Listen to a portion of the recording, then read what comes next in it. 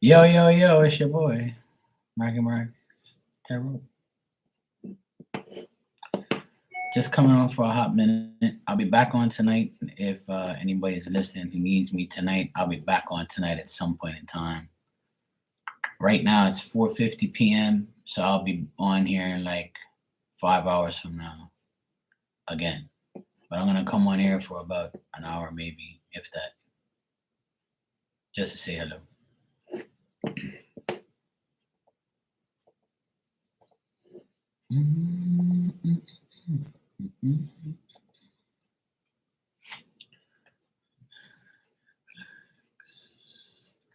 Becca, OMG, it's Becca, yay.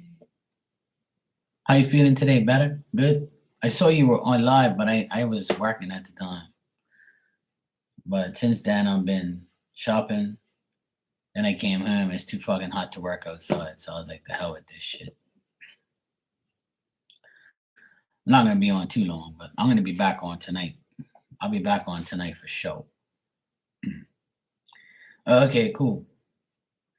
Yeah, I saw something about quick something because I got the notification and it said free S news or whatever, and it said quick something, quick reads. I was like, okay, cool. So I knew you weren't on for too long. But I always miss your lives now because I'm always like doing shit. I'm never like I've been so busy lately. I'm hardly ever inside. Like if I am, it's like late night, like last night, like super late. And I don't even like to be on that late because then I'm like, ugh. Well, apparently from what she said, obviously she is. She's like getting over it. Oh my God. How can people get over somebody they never had? You know what I used to say all the time? You can't miss nothing you never had. So if you never had nothing, how the fuck you supposed to miss it? Like I said, there's a lot of delusional fucking people in this world, man. That's why I don't have traffic in here like that, because people know, yeah, I can't get in. Fuck him. He's smart. He's not dumb. He's not delusional. We'll leave him alone. We'll mark him as safe. Mark, safe. I don't have time for these people, man. I've been on YouTube. It's gonna be 4 years in September or 5 years. I can't remember, man. I think I started in 2018. So if that's the case, then 2020. So yeah, 5 years in September. It's gonna be 5 years in September that I've been on here. And people come and go. You have different clients, different friends. Hey Santina, how are you, sweetheart? How you been?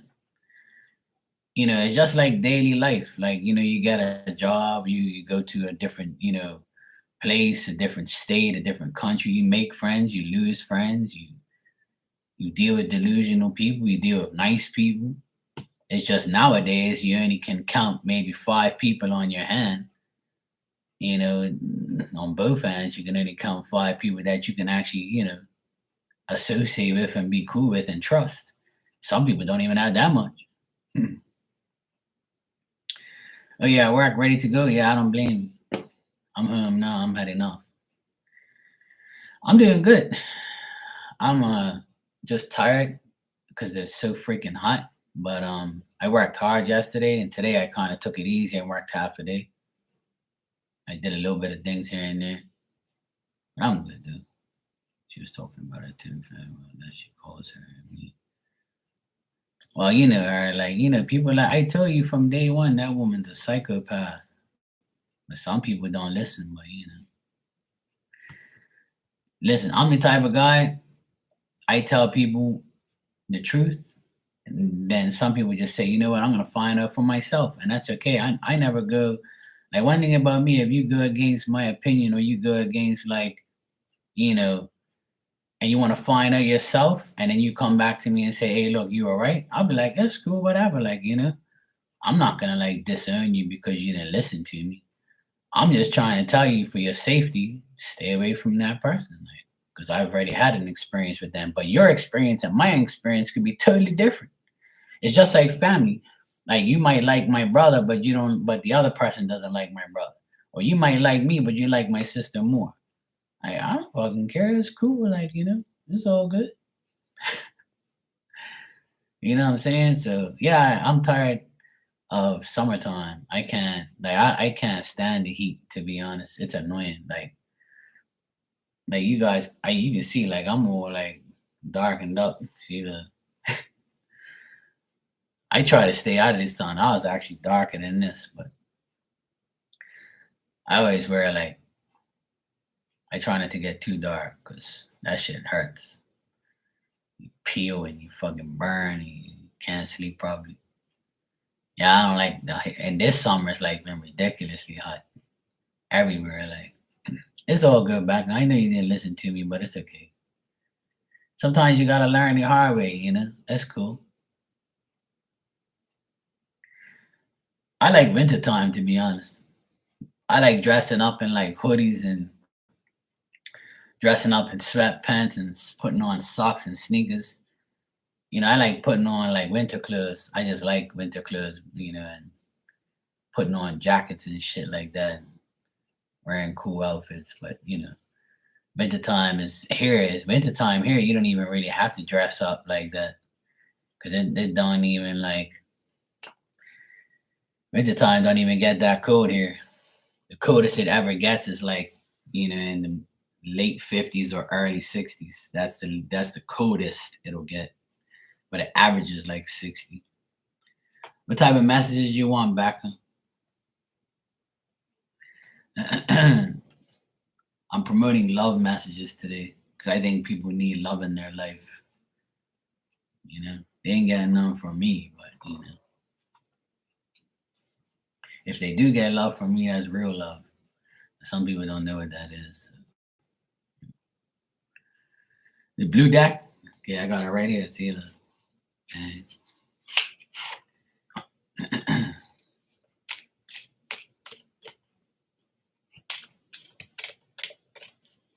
All right. Let's see what I got for you, Becca.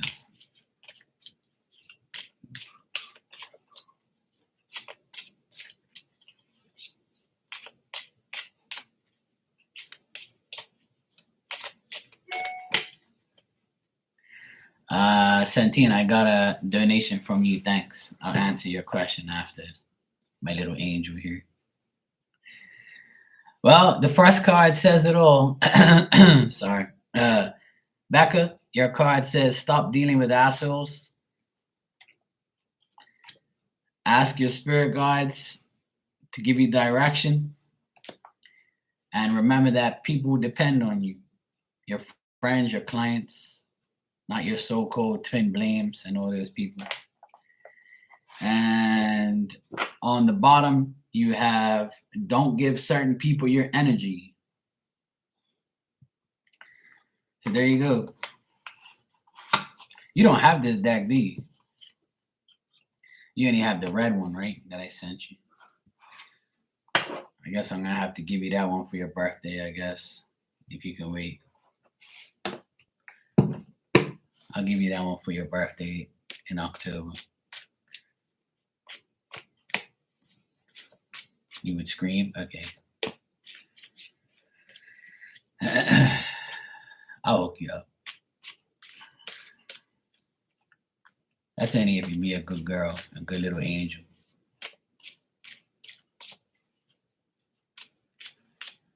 Yeah, a lot of people do. It's my most popular deck, to be honest.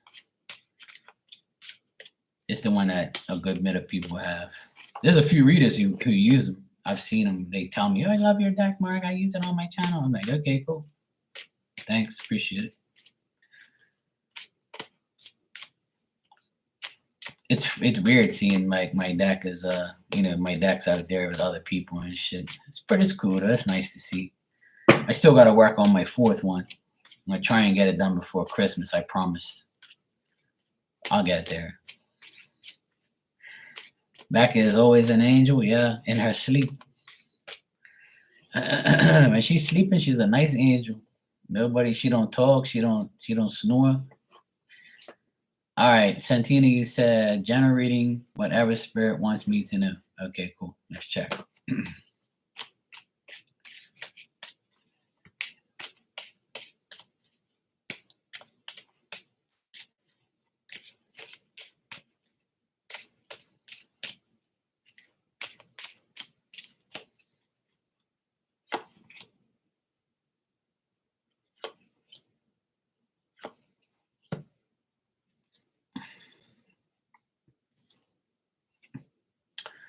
You know that woman that I always see when I read you, Santina? She's like heavy set and she's got like short hair. Is it your Aunt Maggie, I think? I can't remember, man. I've read for you a few times, but I swear to God, this is her. I can see her in the background again. Your auntie, yeah. Maggie, yeah. I knew it was her. Do you have you had like breathing problems or like like did you have like any problems recently in breathing? Yeah, she appeared again. One thing I always see her like she's one of those people who don't bother me though. I don't get like a negative anything from her. She's just always sitting down looking at me when I read you. But she went like this, like she's like kind of like got like a surprise look or something. Like so when I get that, it's kind of like a breathing something, or maybe you were surprised about something recently, or you're going to be. Like it's only gonna take it's like take your breath away, you know? I don't know what this is about, but the cards are trying to tell me a little bit more actually. What I got here is be careful, like when you drive, when you go in any type of transportation, or you might hear of somebody like having an accident or something. Let's hope not, right? But I'm gonna tell you what I see, obviously. Now, if this isn't like an accident or like a car accident or like a bike accident or any type of accident, like it might not be you, it might be somebody close to you that you know that has an accident, and you'd be like, "Oh shit, I'm so surprised! Like they're still alive, or they're still cool, or thank God they're okay." And if this isn't that, then it's like going through difficult times or working very hard, where you're like, you're like, fuck, man, when am I gonna get a break? Like, I know you just said you were tired, so if you've been working a lot or more than usual, it could be just like you feeling very tired, where you can't even like, um, breathe. You know that saying where you say, "Fuck, man, I'm so tired, I can't even breathe, man. I got so much shit to do." Like, I forget to breathe. That saying, like, that's what I kind of get. It could be as well. So it's either like an accident that's gonna happen, or you're gonna hear of it. I don't think it's you personally, but it could be that, or it just could be like difficulty with work and thinking about the past. Like you could have like a dream where you wake up and you'll be like, oh fuck, thank God that's not true. You see what I'm saying? Like it's kind of like that. That's what she's kind of telling me, and what the cards are trying to tell me too. So it could be different things. I don't want you to think of the worst, obviously, but I've given you like some things that could be, yeah, that could happen. Work looks good for you. Like if you want to work more hours, or you're really good at your job. If you work with your hands,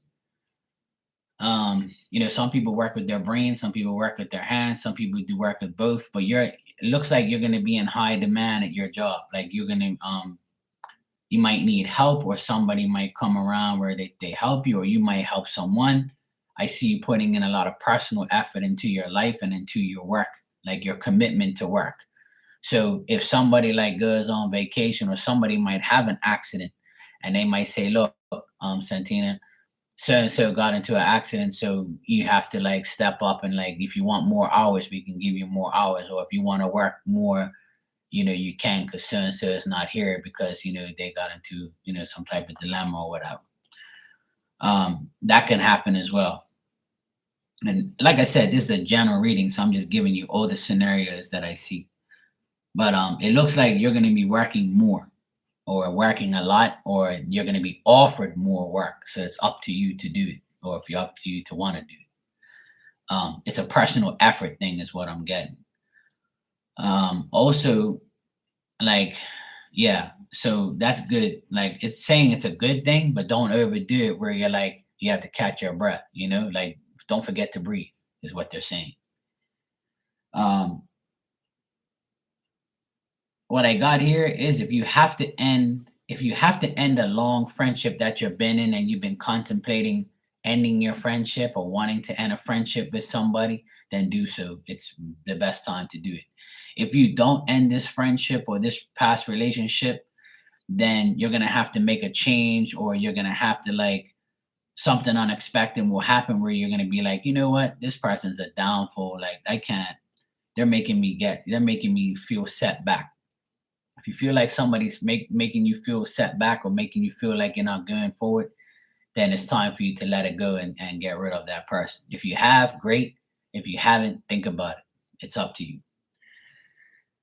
Because if not, this person is going to continue to be, you know, making lack of an opportunity happen for you, or they're bringing you bad luck. And it looks like it's a woman, and she's like conjuring up some type of bullshit to try and get you mad.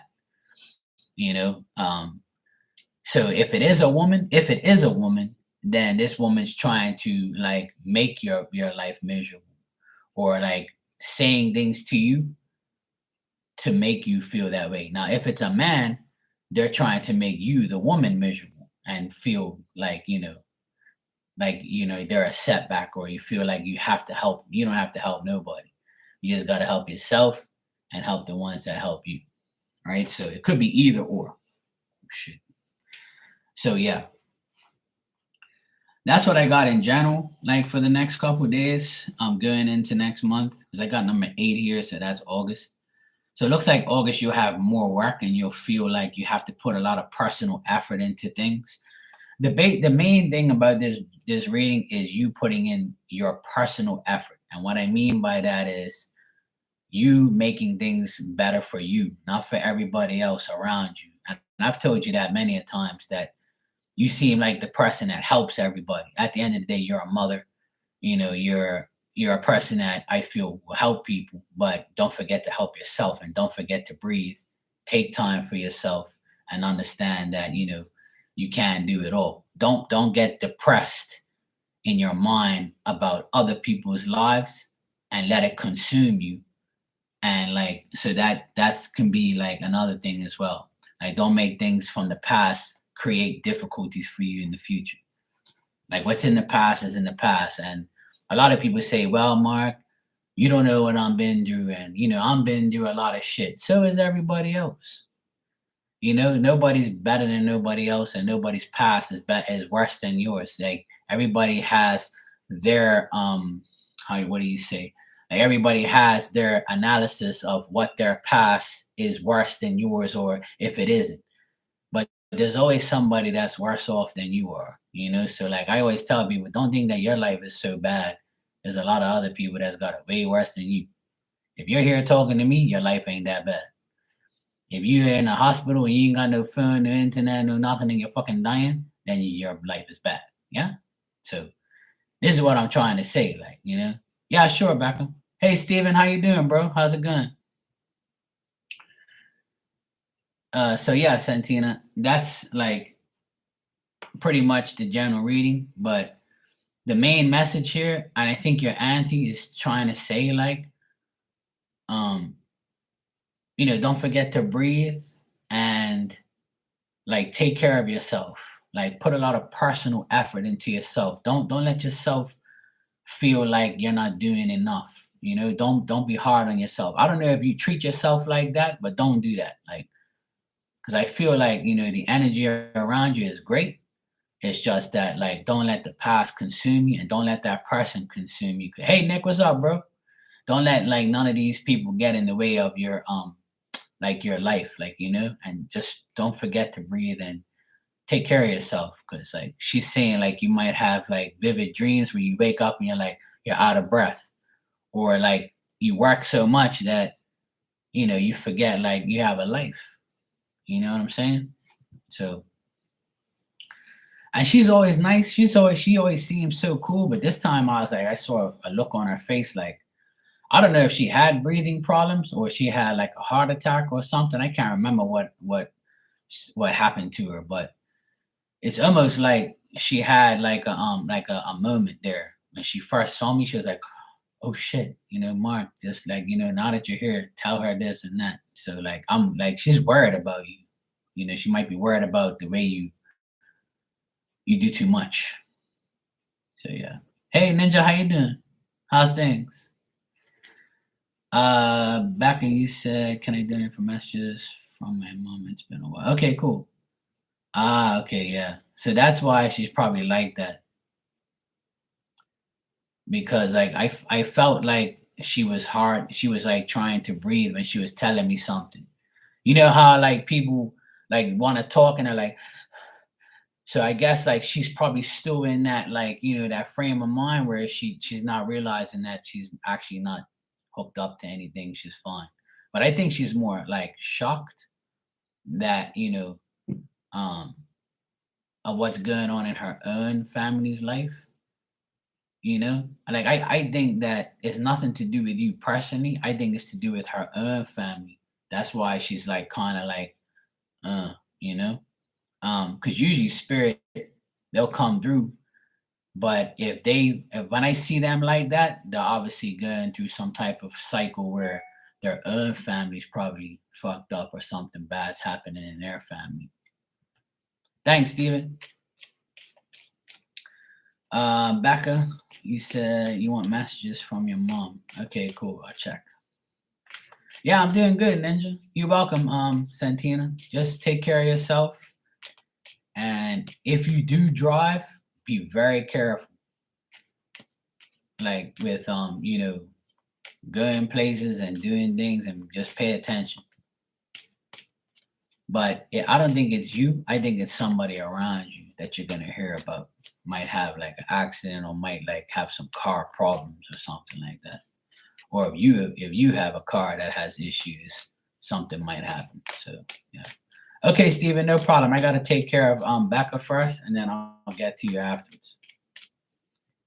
No problem, bro. Nick, how you been, man? Good?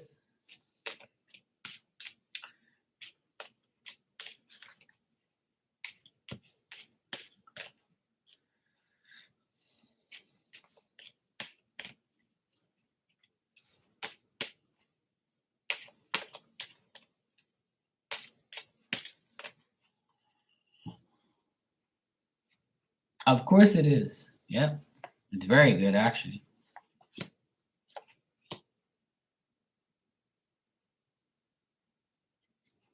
Hmm. Hey Becca, does the name Allison ring a bell to you? Oh, no problem, bro. It's all good.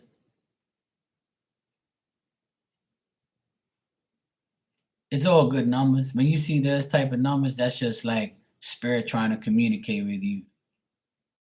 Yeah, I got something about. She said something about Allison. I'm like, I don't know who no Allison is. But yeah, your mom said something about Allison. That's who she's talking to.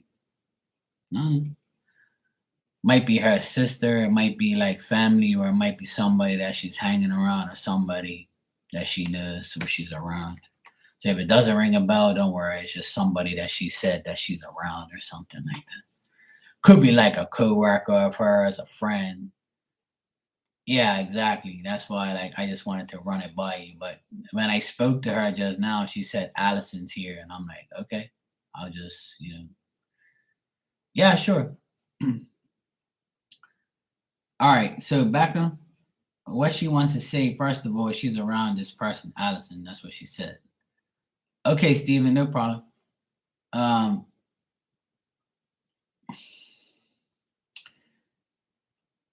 she's saying watch out for like for fake friends, which you already know. Don't take the abuse, don't take their unfairness, and don't think that you're being unfair. um like your mom wants you to know that you're too hard on yourself. Like don't think that you're at fault for the things that come towards you, or that you're at fault for the things that you're learning and the lessons you're learning from, which you and I already knew. But she's saying don't be like that. And she's saying like try not to let your past get in the way of your future. It's going to be difficult. It's going to be hard, but she wants you to work on not being depressed about it or thinking about it too much. And I know it's hard. Obviously, you're a Libra. At the end of the day, you're going to think. But she's saying that you have to like end these friendships you have with certain people. You might have to like make a change. You might have to like suddenly say, you know what? Fuck this. I got to get rid of this person and do a cleanup, like a social media cleanup. Or just like you have to understand that you can't be these people's downfall and they can't be yours. And like the past relationships you've been around, you gotta let that be your lesson learned for the future relationships and friendships. Because if not, it's gonna be a setback or it's gonna make you lose your stability. Because she says you were doing fine, and then you kind of like absorb some energy from different people because you wasn't sure, which you and I already know, but she's like confirming what's going on pretty much. She doesn't want you to be hard on yourself. She wants you to take control of your life and don't let your life take control of you. And she says that there's going to be there. She says the reason you go through a lot of this stuff is because of pettiness and from people around you. She said there's too many petty women around you, women that have lost their faith and want to use their power, and they're sick and they're not, and you can't fix them. You're not a fucking doctor. So she's saying try not to fix people that can't be fixed and don't want to be fixed. She says it's not your like, it's not your thing, it's not your forte, it's not your life, you know. She wants you to take care of you and your son. You know, she wants you to have more faith in yourself, and she wants you not to be tempted. She says you're so tempted to always help people, or the temptation of help and the temptation of wanting to be helpful is going to set you back. You have to withdraw from being tempted to help people and having an indifference all the time. And you don't have to compare your life to anybody else's. She doesn't want you to be hard on yourself, you know? And like she shows me that she showed me this image before and she's showing it to me again. Is I don't know if when you wake up, like do you sit up in your bed for a minute? Like sit literally on your bed after you wake up and just like sit there and just think for a minute. Cause she said that when you do, that's when she holds you and plays with your hair and fixes your hair and like tries to, you know, obviously. Or she holds you like this, like you know, your head's right here, and she does this, like she's right behind you holding you. And she wants to like fix your hair, and she wants to like she wishes she you knew she was there. She gave me that image just now, but like it's like she says that you can be weak. Like try not to feel weak, like you can do something. Like um I wouldn't say she's disappointed, but she thinks that you gotta get over the pettiness of people and not let that pettiness get in the way of your thoughts and if you're good enough. Like she doesn't want you to compare your life to the people that you deal with. Like, you know, is it me or what? Or like, am I doing the right thing? She says you doubt yourself too much, and that's where you lose your stability. Yeah, she says that you're gonna lose your stability if you keep doing that. And she says you were doing fine, and then you know you went backwards a bit there. So she is saying like, don't be depressed. Your state of mind should not feel that way. And you know, she says you gotta let go of the past, and you gotta let go of these, you know, untrue friends and your judgment in yourself and others. Like, you know, like she says that you might feel like you've been falsely accused of things in the past, and in the future you'll be falsely accused because people want a reaction out of you. It's a temptation reaction. Like they want you to feel tempted and you know, like go at you, nitpick you, and like try and get you to provoke you to do these things. Like that's what she says. Like you gotta. She says be very aware of your surroundings, especially women.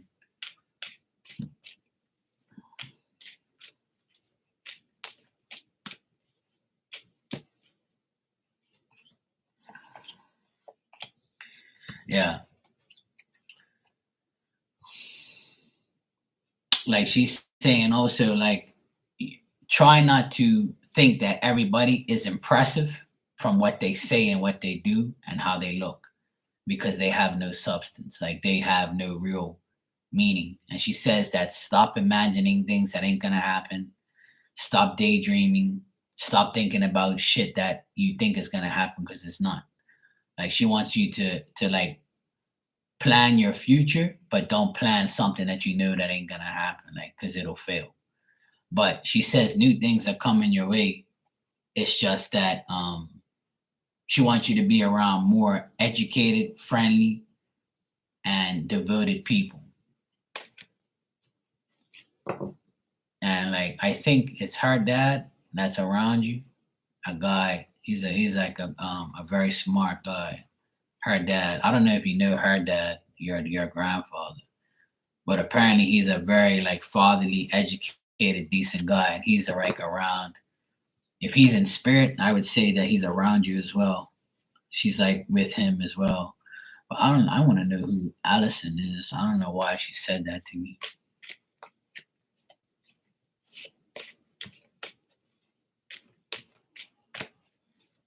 I didn't even hear that name that much. Yeah, just like I knew, just like I thought. Yeah. See that the Allison person is someone who she worked with and someone who like she had like a really good friendship with. So this person had brown hair or black hair, and this person Allison was someone who she worked with or was a really good friend, like a really good woman friend to her, like a really good friend, like very loyal and reliable person in her life. So she's hanging out with her friend Allison. Like I said, I don't know who that is, but she confirmed that it was a friend from work or a friend that was with her a lot. So yeah, you can ask your sister if she knows who that is. But apparently it's a woman name. I don't really get names. You know me, I don't really get names too often, but she said to me right off the bat that she was with Allison. I'm like, I don't know who that is, but I'll tell her. So yeah, I guess it's like her work friend or her one of her women friends. So she's hanging out with Allison. And she could be in spirit or could be like, living. I don't know. Like I don't want to go into too much detail, but I just gotta, just what she said. So maybe ask your sister, I guess, if she knows that Allison. Could be her sister, could be her like her really good friend. Hey G, what's up, bro? How you been? Let me see.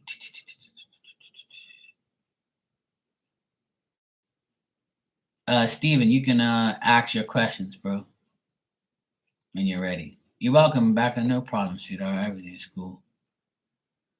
But yeah, I didn't get nothing bad or anything like that. Just that she's like kind of irritated that you're taking things out on yourself too much. Don't be so hard on yourself, my little angel.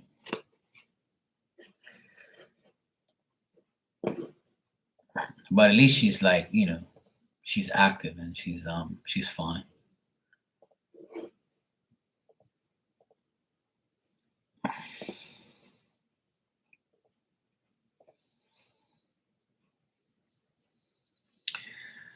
Yeah, bro. Sorry to hear that, man.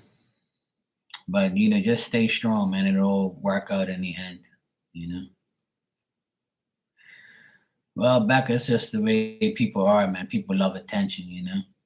Yeah, I know. But see, it's our fault because we allow it. You see, this is what I try and tell people. If you know this person wants to get to you, then why allow them to do it? Silence is better than bullshit.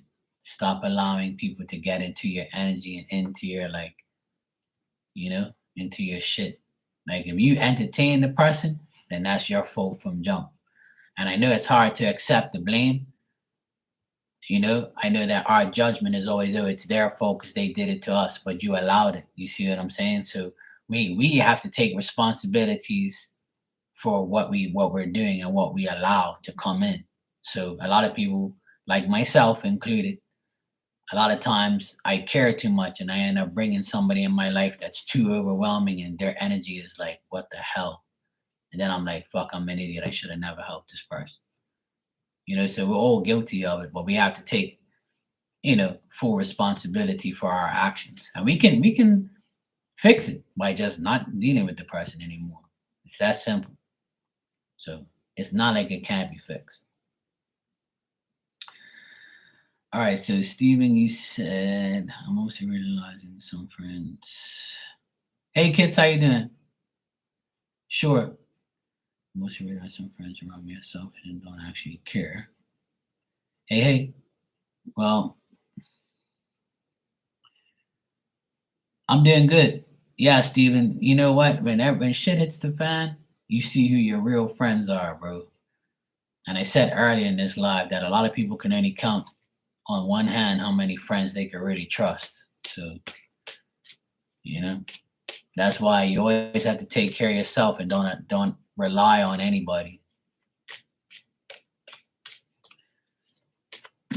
I know it's difficult, man. People are just fucked up. But that's why it's good to be independent and keep to yourself. All right, how does David feel about Steven right now?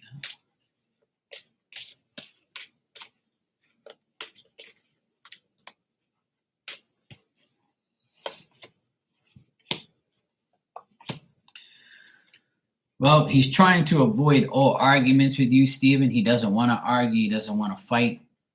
He still thinks about the argument that you guys had. It's bothering him. It's made him feel very unhappy. Yeah, he's still worried about that day. He's very disappointed. He feels very, he feels the conflict still. He feels like, it was a lot of aggression and it could have turned into worse. And he feels like being separated from you is the best thing. Um, I actually feel like, he shed some tears afterwards and been like, what the hell am I doing? Or why did this have to come to this? I also feel like he's being very influenced by Leandro and trying to get advantage over you or trying to he wants to negotiate the whole thing with you, but it didn't end up that way. He'd rather he'd rather the eviction be like a negotiation type of thing. Look, you got this time or that, or I wish I didn't have to do this, but here it is and that it is and whatever.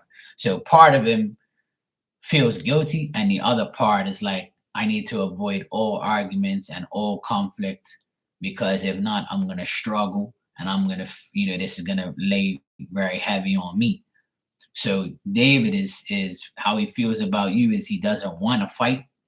He doesn't want to physically fight. He doesn't want to get into any more arguments because he feels very disappointed and unhappy about it. But this is because of his own life. Like his own life is affecting the lives of others. So because his life is shitty, he feels like he has to have some type of emotional compensation from everybody supposed to feel sorry for him. So because you didn't give it, you pretty much showed him some type of sympathy, but it didn't work. He doesn't give a shit. And he feels like by not being active towards you anymore will make things better. But he feels like this is, the advice he's getting from other people or from other people are kind of hasty and immature advice, but he doesn't care. He'd rather just deal with it now because it's out in the open. So part of him says, it was very overwhelming and it was a challenge for him to do it and evict you that way, but he still is wanting to avoid all type of conflict with you at all costs. He doesn't want to get into a fist fight, or he doesn't even want it to get to that. That's why he's gonna stay away from you and you should stay away from him. But it's definitely caused him grief, and Looks like he might have shed a few tears because he felt the pain. So that's how he feels about you. He feels like, I don't want no more of that. Some people can't handle that argument, that type of shit. Yeah, he can't handle it. Yeah, I can see that. Like it took a toll on him. But he's definitely trying to delay any type of action towards you. He doesn't want no more beef, no more like talking. He doesn't want no aggression. Cause if you can kick his ass, that's probably why he doesn't want no parts of it. Usually a person that talks a lot and don't like and can't defend themselves and they know the person that they're talking to can beat the shit out of them, they're probably gonna avoid talking to you again. That usually happens in my case. I let people talk and I'm just like, okay, you keep talking and you're gonna lose teeth. You want a free dentist? Keep talking to me that way. Then they usually leave me alone. But I don't want to be violent. That's the last thing I want to be. But that's the last thing you should be too. But I think that violence is in his mind. Like he's like, I hope Steven doesn't kick my ass. Or he just hopes not to get into a fist fight.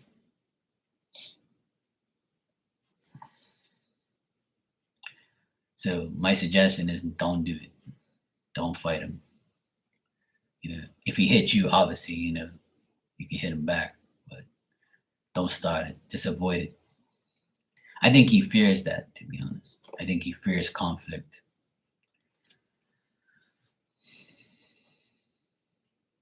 The energy is very intense right now. And plus, like, the Aquarius full moon is coming up soon. And that's going to cause a lot of people to, like, say a lot of things and do a lot of things. So that's no bueno. A lot of people are going to get emotionally irritated. All right, let's check, Steven.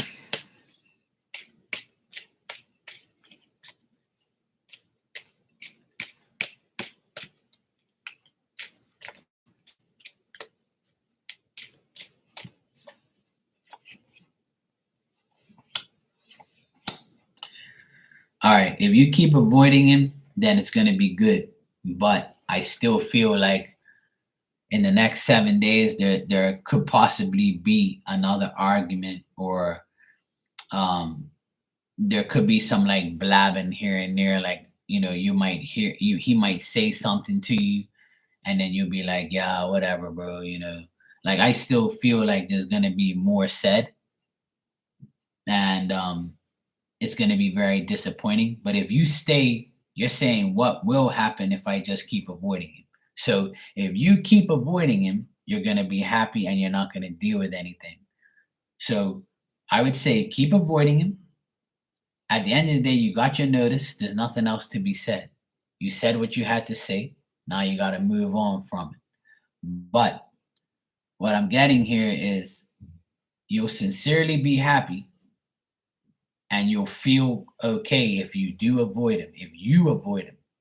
Now, if you don't avoid him and you let him get to you, the cards are saying that in the next 7 days, there could be another argument, not as bad, but there could be another argument where it causes trouble and disappointment and more grief, more sorrow, and there's going to be more sadness and a lot of mental thoughts and anguish about what's being said, offensive things, bad shit, and they're going to talk about past and like things that happen and blah blah blah blah blah. So it's going to be a lot of babbling back and forth if you decide to give them the time of day.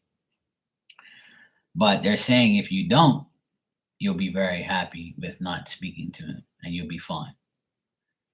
So you'll feel satisfied if you don't say anything to him. But if you allow him to get to you and he says something, I would say let him talk, even though it's hard to hear people talk shit. But if you do keep avoiding him, you'll be better off. It's saying you'll definitely be happy if you avoid him. But if you don't avoid him, it's going to turn into arguments and sadness and disappointments. It's crazy how the cards came out like that. It's saying, like, if you avoid it, you'd be fine. Oh no, I think it was. I told you last time. It's a great. It was good that you confronted him and told him about it. I'm glad you did. At least you got it off your chest. At the end of the day, you have every right to. He's evicting you for personal stupid reasons that don't even make no sense. Because at one point, it was showing that he wants you there because you pay your bills, you pay your way. But obviously, he's being influenced by Leandro, and maybe someone else is influencing him as well to make the decision to get rid of you completely because you're not going on your own. See, he'd rather you just say, "Hey, I'm leaving and I'm gone." But because you haven't done it yet, he's saying, "Okay, well, I'm going to evict your ass because you're not going on your own." So he knew it was going to cause problems, and you have every right to say something. I would have done the exact same thing. I'd be like, "You're fucking evicting me? Are you fucking crazy?" You know. But he's doing it for personal reasons. He even told you that. So how are you paying rent and paying your way, and like you got a guy saying, "Oh well, for personal reasons, I'm getting rid of you." That don't make no sense. But in a way, at the end of the day, if he can do it, he'll do it. I think it was a very good thing to confront him and tell him about. Listen, I always tell everybody, say what you want, as long as you're not, gonna get locked up for it, beating somebody. Words are words, So I think it was a good idea that you did it because at least he knows where he stands. At the end of the day, bro, you're getting evicted. So you have every right to say what you have to. That's my opinion. Me personally, if somebody evicted me, I'd be like, yeah, you fucking evicted me? All right. Well, for what? For personal reasons? All right, no problem. See you later. Honestly, one thing, your home is where your heart is where your home is, and your home is where your heart is. So if you don't like going there, then that means you're not supposed to be there.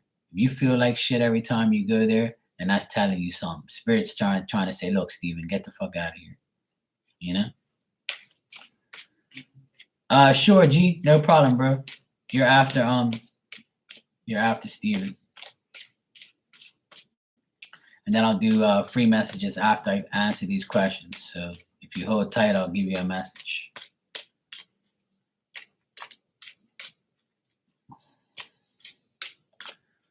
All right. When Steven.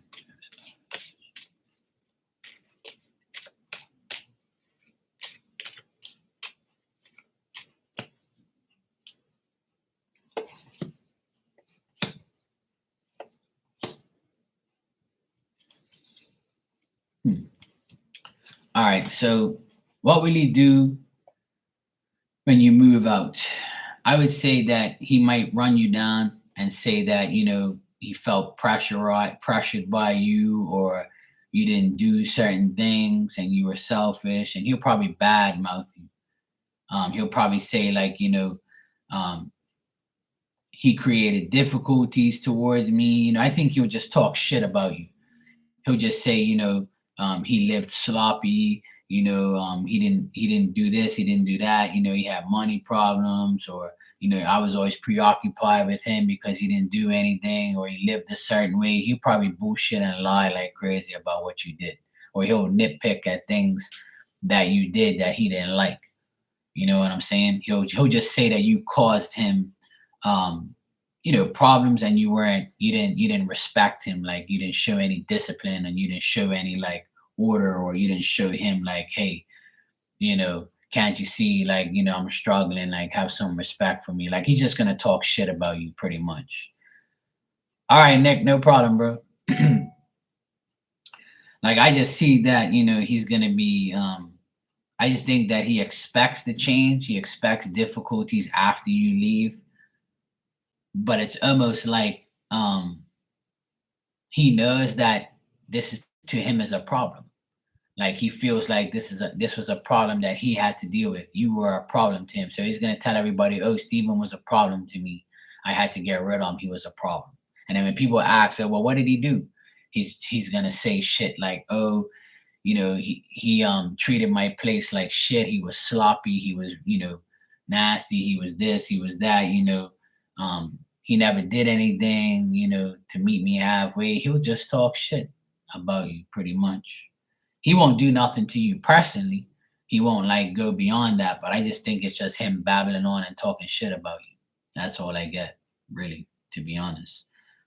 Like he's gonna tell everybody that by you living there made him feel a certain way, so he had to get rid of you for his own sake, for his own health. Because apparently, you're a problem. Meanwhile, you're not even there. So he's gonna say that. See, there you go. But he's gonna tell everybody the opposite. See, he's gonna tell people that he didn't do this, he didn't do that. He has no skill. He was always preoccupied. We weren't on the same page. He didn't pay me. He didn't do this. He didn't do that. He lived, in that place, and he treated it like shit. He should have treated it like his own house. He's gonna talk shit about you. So,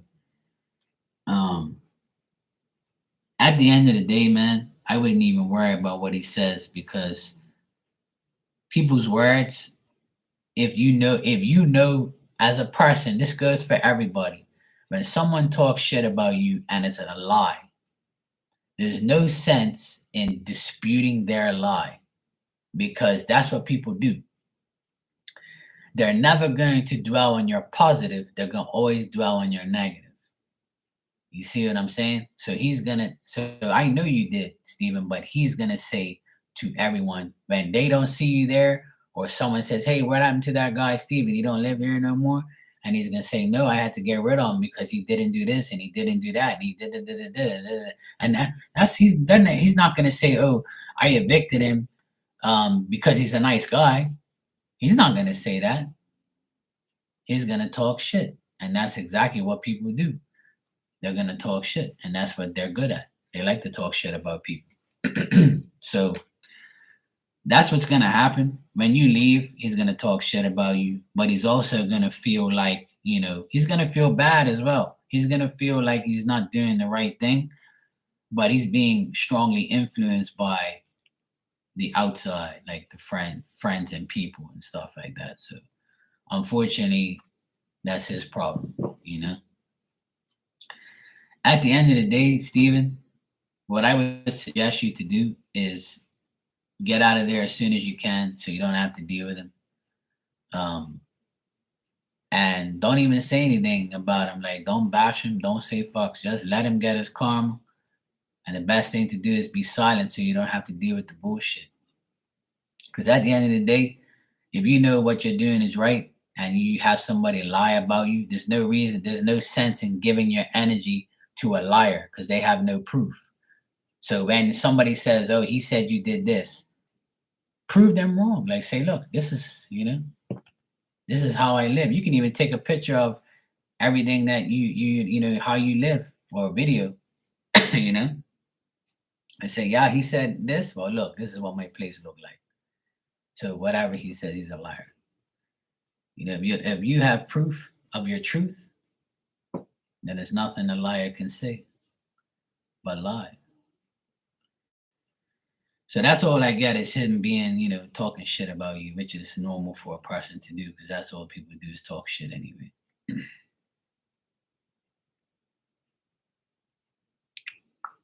All right, bro.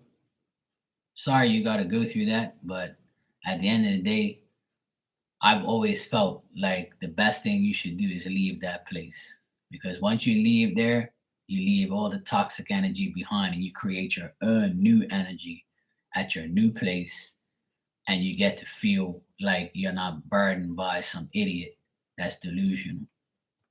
It's going to be better for you, bro. Trust me.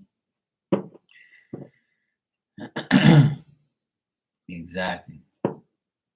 So that's good. Let him be mad. Let him suffer. Let him deal with his own bullshit. He has Leandro and his other fake friends, so he don't need you now. See, so now you need yourself, and you need to get rid of that toxic negative energy that has consumed you for so long.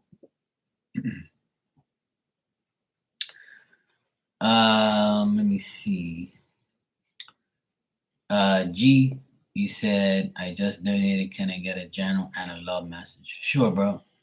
I'm just going to get a drink real quick. Give me 2 seconds.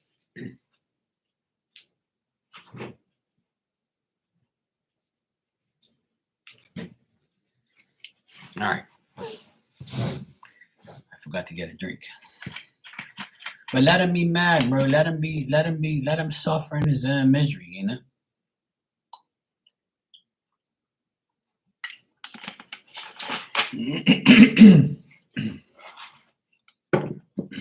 All right.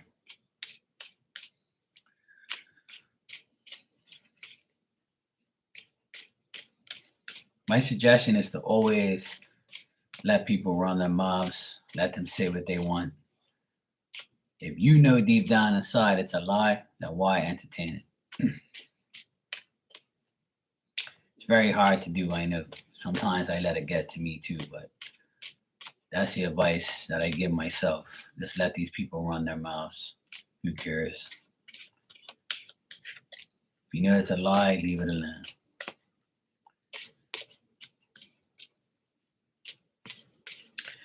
I don't feel we need people's validation in life, you know?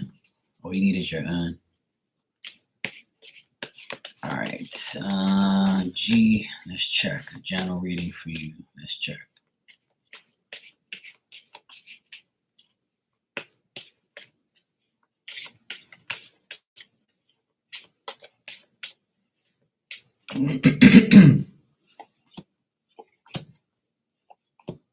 Okay. Okay, G, you might have some good news coming up in the next 6 days to 2 weeks.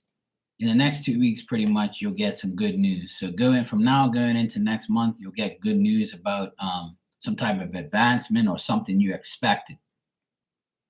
If you're waiting for results or a promotion or some type of idea that you have to come to fruition, that could possibly happen.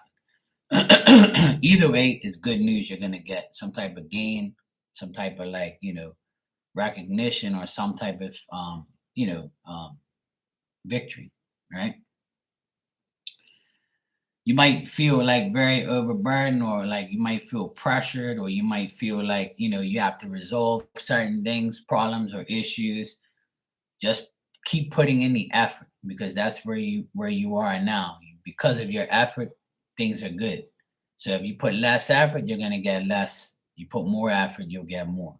Right? And that's what the scenario is for the next 2 weeks.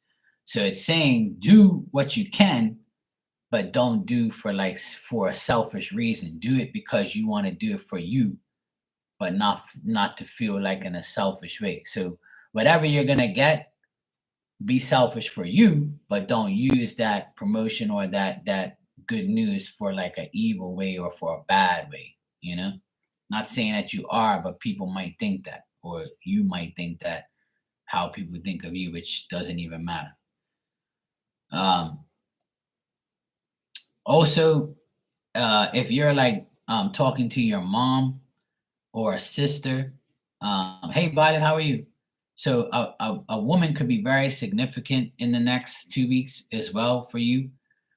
This person is like a female influence, somebody that you like, somebody that you talk to, somebody who you get along with. Could be your mom, your sister, or just like a friend, a girlfriend type of person, someone who you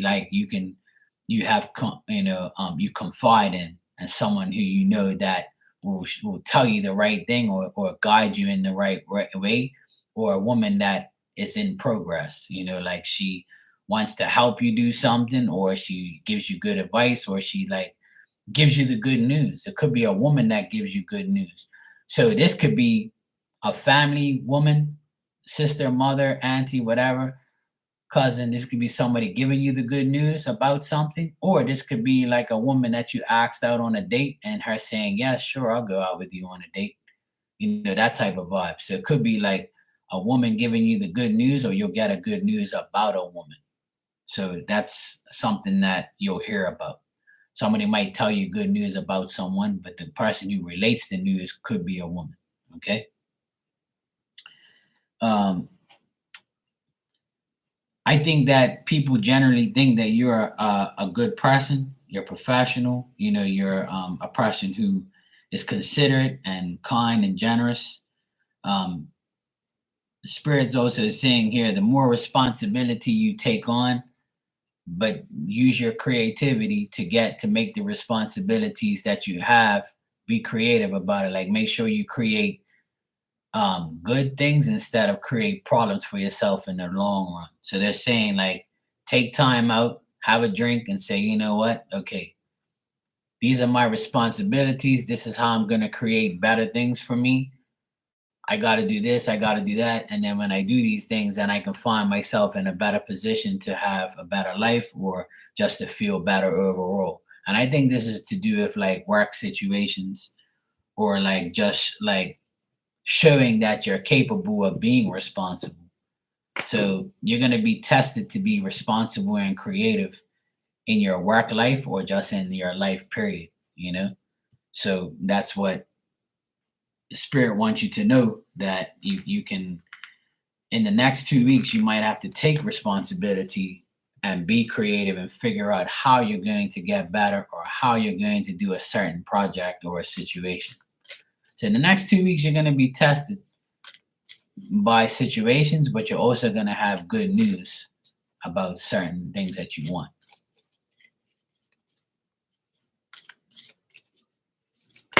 All right, and you said you want a love message.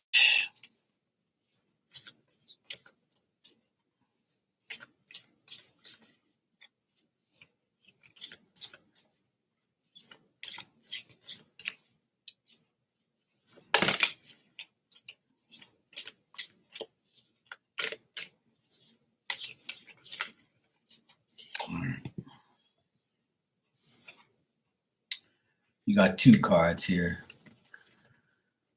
All right, so this is your first card. It's a woman that's laying down flat here. And it says, if you could do anything, what would it be? The answer dwells in your heart, not in your mind. For the heart is the gateway to the soul.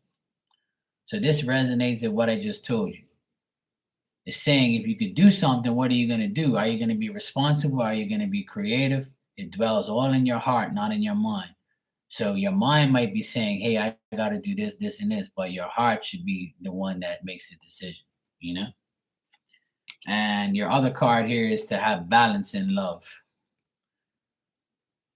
Love is not always about agreeing just for the sake of it. A great relationship is one of that both supports and challenges. So you see, you got the yin and the yang.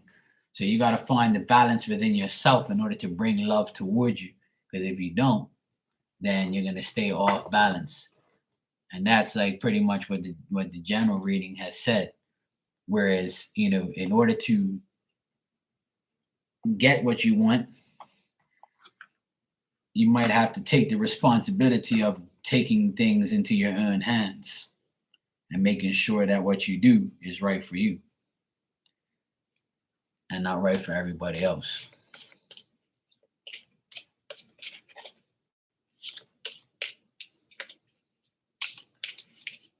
And I'll give you another message here for love there in a second. Okay, so I got these twin flame cards, G, and this says, I feel badly for the way that I treated you. You didn't deserve that. Then I got, I should have been more honest with you about how I was feeling at the time. I need more time to figure things out.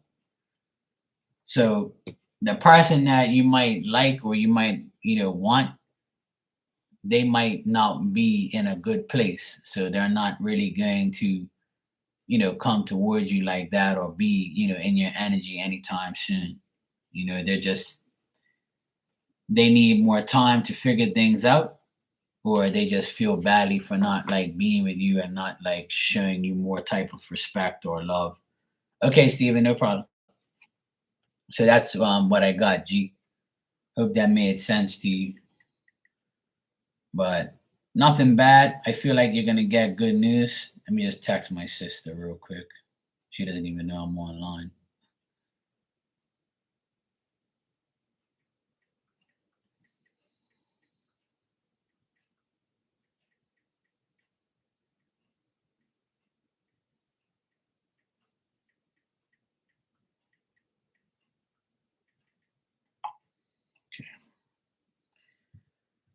right. So yeah, bro, that's what I got for you. So don't let like yourself get too caught up in day-to-day life. At the end of the day, you got good news coming. Just take it as you come and be responsible about it and create whatever you need to create in a good way. All right. Nick, you are next. You're welcome, G. I appreciate it. And thank you very much. I appreciate you. And yeah, just live life. You got some good things coming in the next 2 weeks, so look forward to it.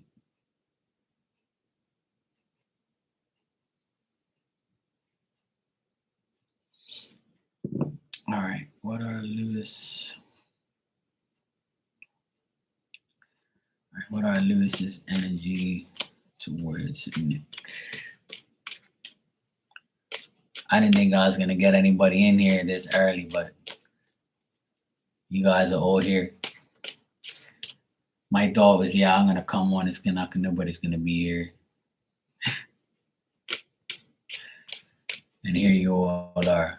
I'm gonna come back on tonight though. Oh, today's your day off. Okay. Yeah, I just decided to come on at the last minute because I wasn't really gonna come on until later on. But I was like, you know what? I'm bored. It's hot as frick outside. So I was like, I'm just gonna come on and just chill, like, and just talk to everybody and do whatever. But here I am. It's all good though. I don't have nothing to do right now.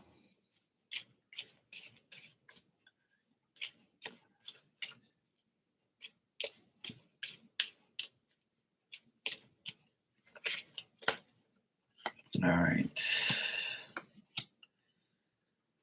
All right. Lewis seems like a pretty cool person. He seems like a good dude. Seems like he's spiritual, or he's like he's got a good job. Seems like he's like a business type of person, or he's some type of a person who's like kind and generous, but looks like he's been through a lot of bad partners or a lot of business partners. It's either business partners or like a business partner, or like he's just been through a lot of like untrue friends and untrue like type of guys. Like, like he's not been through a pretty decent set of people lately. Okay, Violet, take care. Good seeing you. I'll be back on later. Looks like he took a lot of abuse and unfairness from people around him, like people who are very judgmental or people who are just bad and biased. So he's like, for him to like show any type of energy towards anybody, he's very careful, very cautious because he's been through a lot of bullshit in the past. And his past is still making him depressed, and his past is still making him feel like he has to work really hard in order to find a decent person, right? So I would say like his energies towards you is good, but he might give you a hard time as far as like getting to know you, or like showing you any type of like energy or any type of like you know um giving you any energy, period, because he's been through so much bullshit. He's got like a bad past. But him himself, he's a good person. Lewis is a good person. He seems like he's got his shit together, and he seems like a good person because I don't get nothing bad on him. I just think that he thinks that everybody that comes in his energy is like, he has to analyze him and investigate him. And if he gets a bad investigation or feeling, he's gonna be like, fuck you type of thing.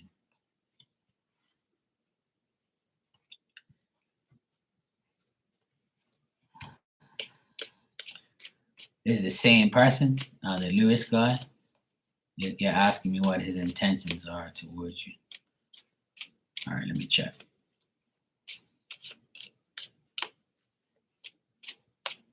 Okay.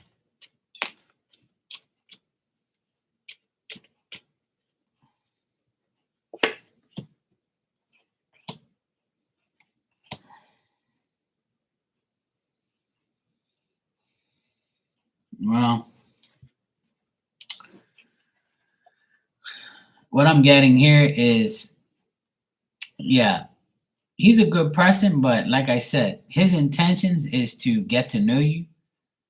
Um, he seems very lonely, and that's why like he wants to get himself out there.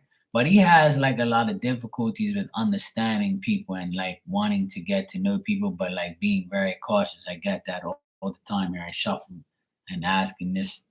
He's just got this energy where he thinks everybody's a bad person, even though he's cool, like but he's gonna like even with you or with anybody, he's like very cautious and very like guarded is another word. Like he's gonna be very guarded, but his intentions towards you is to see if you're the real deal. He's gonna see if you really say who you are and are who you say. He's gonna see if you're like out to trick him, out to deal with him. If you're really real, if you're really true, and he's gonna like try to see if he can recognize any damage before it's done. So he's gonna see if he's like if you are there to take advantage of him. He's gonna see if like you're, gonna say anything bad to him. But he has a feeling that you have good intentions, and his intentions really is good. But I think in his mind, he's like, I don't know, man. Like, am I gonna get hurt again? Lewis has got doubts.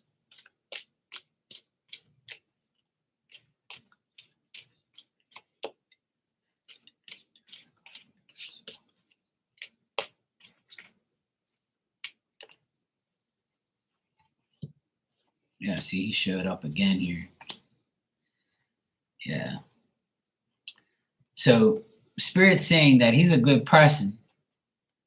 Keep in mind, once again, that he's had bad partners. He looks at you as somebody who can be loyal, reliable, a decent partner for him. He thinks it's wise that he gives you a chance. He's moved on. He doesn't have nobody in his energy anymore. He's completely like, single and stuff. And he's like, but the thing is, he doesn't want to be, he thinks the worst. He thinks that his judgments is bad and he needs to get over that. He has to get over the fact that not everybody's good. But your higher self here is saying, when it comes to Lewis, give it a try. And they also want you to look at him in a positive light and not like, oh yeah, he's just like so and so and so and so and so and so.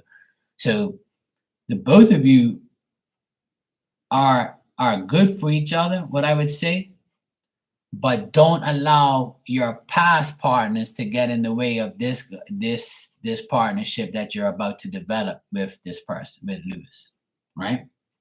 And they're saying that when the effort is not met equally, then it's time to move on because there's always somebody better, right? But I got you and him being the King of Cups and the King of Pentacles, but in the middle, it's saying there's a little bit of, you know, doubt, intolerance, judgment. There's like thinking about the past and who was not last, who's, is this person going to be any, decent? But if you're not even in his energy, then that's why this doubt in the middle between you guys is happening. See? So you're hoping to meet up with him. So when you do meet up with him, your higher self is saying, don't use all your judgment in a negative way. Use it in a way where, hey, nothing's perfect. This guy seems cool. Let me see where this goes. You know what I'm saying, bro? So they're saying that you both have to get over your past in order to be together. Because that's actually, I got good cards there for both of you, but there's no energy connection yet. So because there's no face to face, there's the judgment there, the online judgment. So once that online judgment breaks away, you get to see each other in person. Like, I'll show you what the cards came out, how they came out. See, look, it's the two guys, but in the middle, there's nothing there because there's no connection. See what I'm saying? That's why the middle card is reversed. Because unless there's a physical presence, a physical energy, there's still a severity in judgment. Like, I don't know if this guy is cool. Let me meet up with him and see what the fuck's going on. You got me? So it's normal for that to come out. And I tell people, until there's a physical presence, there is nothing, you know? Uh Either one is good. King of Cups, King of Pentacles, it's like, good people, good guy. If you consider yourself emotional, then you'll be the King of Cups. If you consider yourself business oriented and spiritual, then you'll be the King of Pentacles. That's how I look at it.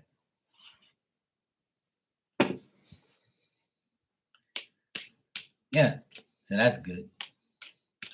All right, what are Alex's energies towards you? All right, let's check.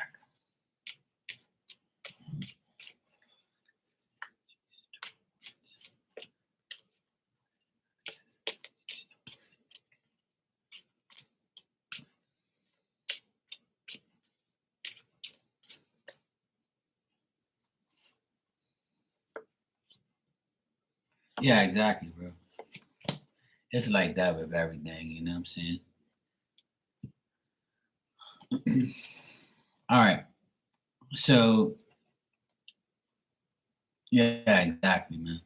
But the only way you're going to find that out is physical presence, correct? The only way you're going to find that out is to be physically in the presence energy and look at them, feel them out, feel their energy, see their see how they talk, see how they act, see their facial expressions. You know what I mean? So that's why, like, it's saying, like, use your judgment when you do meet up. But like, don't be so hard on yourself or that person, because you both look like you've been through a past ringer, a past bullshit. But I tell everybody, like, when you get yourself into a new friendship or relationship, don't carry your past over, even though I know it's hard. But if that person reminds you of your past, and that's telling you don't go back to it, that's saying move on. Next. All right. So Alex's energies towards you is he thinks that you're probably too good to be true, or he thinks that you're like imaginary. So if you're talking to this person online, then I would say that this person thinks that you're not the right person in the picture, or you're not the right person that they're talking to you, or they think that you're full of shit. Like, they think that you're not the right person, or you might think this of him. So it's like this person thinks that, oh, yeah, I'm expecting this not to go right. I'm expecting that this is not the right guy. This can't be the right guy. Or this can't be the person that I'm talking to. Because this is like probably a hoax, or it's probably bullshit. But then again, the person is also thinking, hey, maybe I should give this a chance. So I would say Alex's energies towards you is a chance energy, where he's like, let me give this a chance. Let me not be negative. Let me do this for the better or for the worse. If I do give it a chance and it works, I know that it's fate. I know that's destiny. But if it doesn't work out, I know that, I got to end these, thoughts and problems that I have. And I got to make sure that, I don't anticipate the worst all the time. So I would say, if you are like doing this, if you met this guy through online dating or something like that, or you're talking to this person through a phone or through a computer, they think that this is like you're a person that seems too good to be true, or you might be their type. But how are they, like, they think it's like, no, this can't be happening, like, this is definitely the type of person that I want. But is this really for real? Like, am I really like analyzing this, or is this person hiding behind this picture is not the right person? So there's a Alex's energy is more like, I'm damned if I do, I'm damned if I don't. And like, if I'm gonna do this, I better make sure that the outcome is for the right reason, or for the right thing. So I think that person's more, Alex is more of like kind of doubtful, and like, thinking of the worst. But I feel like he's okay. He's an all right guy, but I think he expects difficulties. And you know what? I hate to say it. Like, when you're on those, like, these dating things, or you're meeting someone and you're not physically in their presence, how do you expect them to feel? How do you expect them to like think? That's the energy The energy is fear, fearing that you're actually not talking to this person and it's bullshit, it's a robot or something. Listen, it happens to me all the time on Instagram. When I'm on Instagram, somebody would hit me up, and it's obviously a woman all the time. So it's like, "Hey, Mark, how you doing?" I'm thinking the person wants a reading. She wants to know my life, or if I'm single, or if we're like, you know. And I'm like, "Look, I'm in Bermuda. You're in like some other ungodly country. This ain't gonna work. You know, I ain't gonna be traveling to you. I don't even know you. You know, like leave me alone." But I think that the energy that Alex brings is doubtful, but it can, you guys can actually hook up and like see each other, because I think he's willing to give it a chance. So I would say Alex is skeptical but willing to take a chance. But Lewis definitely looks like the better situation, to be honest. I got really good stuff on Lewis. I just think that Lewis is carrying his past burdens, rightfully so, you know. I feel like you are too in a way, and so am I, and so is everybody. You know, we can't help that we've been through a past situation. Okay, I got G, I got Nick. Steven, you donated for 3 more. You go ahead and ask your questions too, bro. And thank you. So yeah. Just my advice to everybody. When you get yourself involved with someone new, the biggest turn off to that person is you talking about your past. Trust me. How would you feel if you meet somebody and all they did was talk about their ex and their past and how fucked up their life was? I think those conversations will come eventually unless they ask. If they ask you, then obviously you can talk about it. But don't just like spill your guts out there. Because I get that a lot in these readings, that people take their past into their present relationships. And that's a no-no to me. But that's me, you know what I'm saying? I don't want to listen to that shit. I rather talk about what you do for a living, you know, how you live your life, you know, what you're doing, all that type of shit. So it's fucked up. I know it's hard. I know it's difficult. Like, I'm not trying to say that I'm justifying people's actions, but me personally, that's what I think.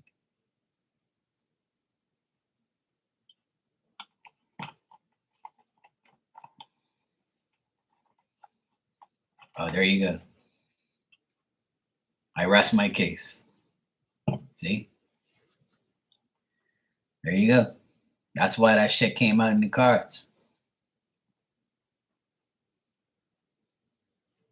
Exactly, bro. You can't play the violin. The violin strings are broken. That shit's back inside the case and you leave it in there.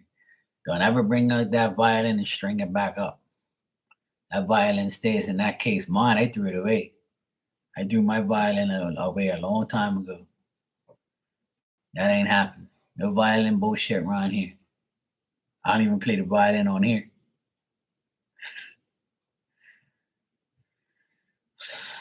It's not easy, man. Steven, if you're here, you can ask your questions, bro. And Ninja, I don't know if you're here, or Kits, if you're here, let me know. I'll give you guys your message if you want. Just let me know who's here, and I'll hook you up. Here's my dog. What's going on, baby? I know you're hungry. You hungry? You want your yum yums? Huh?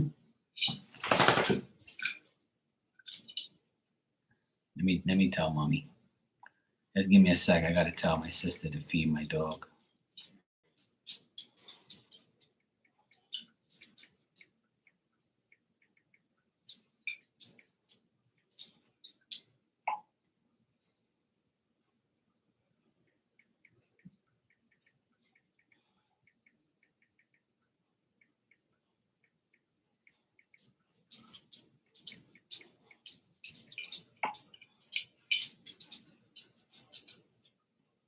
Mommy's coming, okay?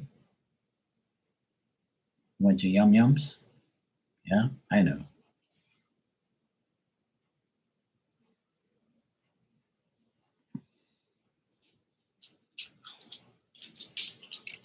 Mommy's gonna come and get you, okay, baby? I know.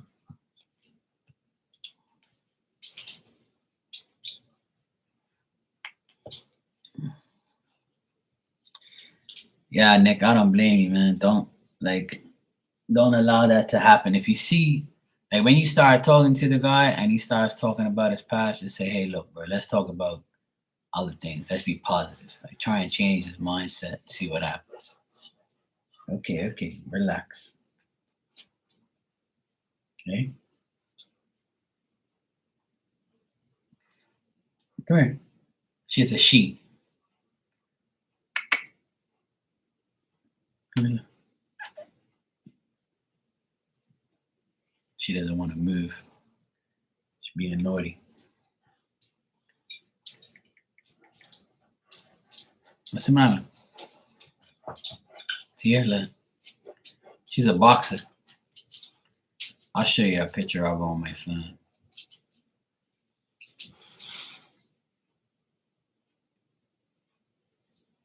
Right here. That's her right here.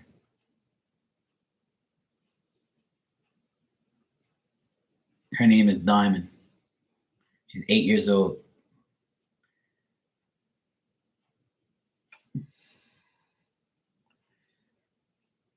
Yeah, that's my little baby.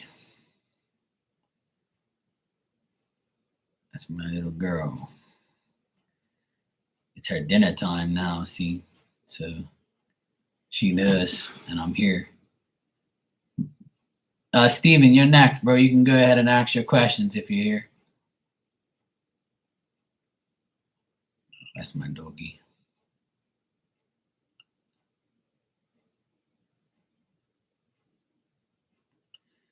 She's very privileged. She has a good home. She has beds, she has blankets, she has plenty of food. She gets treated like a queen. I'm gonna give her a bath later on.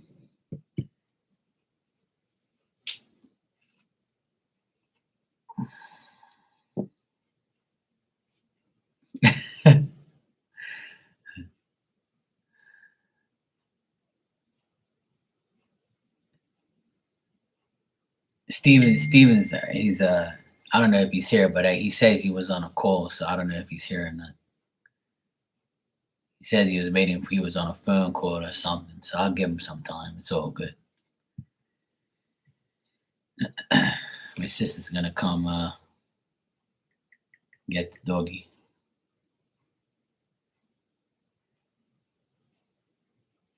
Mommy's coming. No, it's mommy. Okay, mommy's coming. Mommy's gonna give you your yummies. Okay? Thanks.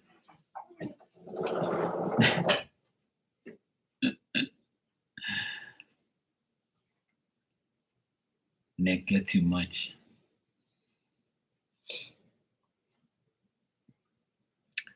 I don't know where Steven is. Ninja, if you're here, I'll give you a message. And Kits, if you're here, I'll give you your message.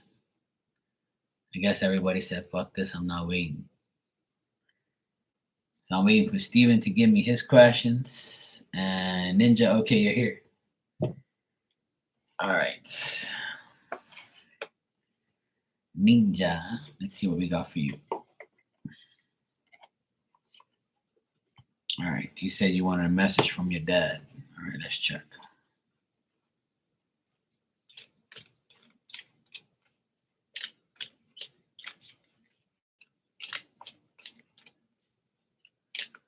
Okay, Nick, I haven't got it yet. Oh, here it is. Yeah, I just got it. There you go. Bing. All right, Ninja.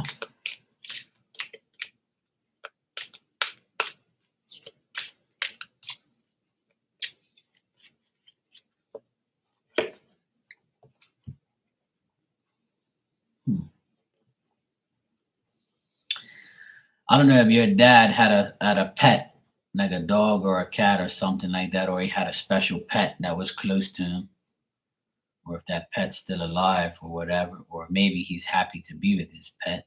I don't know. But I got okay, good. So Animal Kingdom is the message I got from your dad, and it says animals of all types are extraordinary creatures and miraculous gifts to us. They've been our spiritual companions since the dawn of time. At this moment, they have lessons to share with you that will open your heart and soul. So, oh, you had a boxer too? Cool. I'm not really a boxer fan until my sister and brother-in-law got this dog. I'm a pit bull guy. I like pit bulls. I had a pit bull for 14 years. He was like the love of my life. He was my first dog, and he was huge. He was like a protector. He never like did pit bull things like these people do, fighting and shit. He didn't do none of that. I didn't treat my dog like that. He was a very good protector of my family and my home. So he loved my mom and dad. To me, Ninja, this is your dad bonding with his pets in spirit. Like he wants you to know that he's hanging out with his past dog, horse, pet, bird, whatever he had, whatever. Because in this picture, there's a bird, a rabbit, um, a turtle, a dog, um, a lot of birds here, fish, a cat.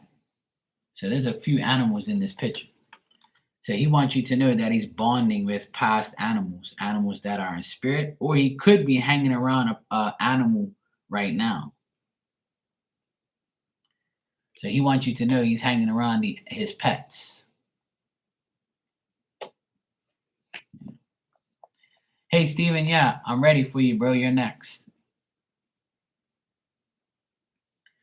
So yeah, Ninja, he's hanging out with his pets. So that's cool. I like that. I always tell people that, uh, people they love their pets so much that they ended up doing that. I actually read for somebody about their dog, and I described where their dog was, and the dog was actually on one of those rug area rugs, but a circle one, and he showed me where he was sitting on, and the woman was like, "Oh my God, it's right here," and she sent me the picture and said, "This is where he always was," and I was like, "Fuck, look at that, that's crazy." So they're all the same too. So if he liked pets, he's around his pets.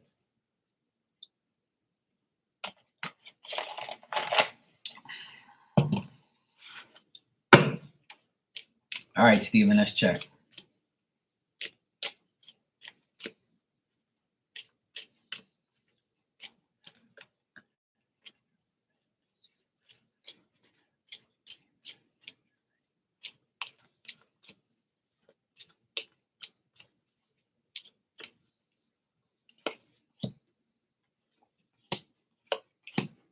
Ooh. Not good, bro. Not good at all. I don't get nothing good between these two fools. What I'm getting is things will be peaceful between them for like 2 months after you leave, and after that, there's gonna be a lot of anxiety, a lot of like wanting to get back something from another. Like I told you already, I think David gives him money or gives him things, or vice versa, and they're gonna be like, because I gave you this, where's my compensation? Why haven't you given it back to me? You owe me that. You owe me this. So there's gonna be like material anxiety loss between both of them, and they're gonna be like inactive. They're not gonna really speak to each other as much as they used to be. There's gonna be like a lot of like anxiety between them and like material possession loss.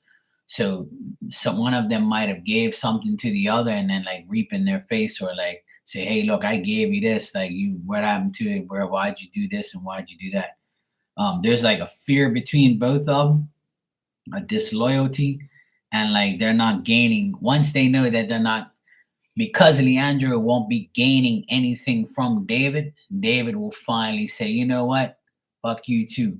Like, you're like Steven, or you used me, or you did this to me, and I gave you that. So, like, I'm not, because David's not gaining from Leandro, it's going to be a short lived moment between them. And David's going to say, you know what? I've revealed finally who you are. You made me sick. You make me feel powerless. You make me feel like I'm not prepared, or you make me feel like I'm not worthy of something. But I think the arguments are gonna start because of a material possession thing. So if Leandro takes something from David, materialistic wise, and doesn't give it back, there's going to be like an argument. Or if he takes something, like for instance, if he drives his car and he scratches it and he says, hey, look, that wasn't me. He'll be like, no, that was fucking you. It wasn't there before. And he's going to be like, look, it's just a material thing. We can just get it fixed or whatever. So it's going to be like an argument over a materialistic thing. So something like that's going to happen between them. And they're going to be arguing like they always are amongst each other. But I think David's going to like start the problem. And they're probably going to, their friendship is not going to be as strong as it used to be. So looks like they're going to be the same, bro. They're going to be up and down, active and then not active. Like they're going to try and maintain peace. But I think there's going to be a time where in the next 2 months, there's going to be some type of delay in their friendship because of some materialistic bullshit. Something very small is going to turn into big. And David seems like that type of person where he'll be like, this is my shit. You fucked it up. And so that's what's going to happen when you move out. In the next 2 months, they're going to be going at each other.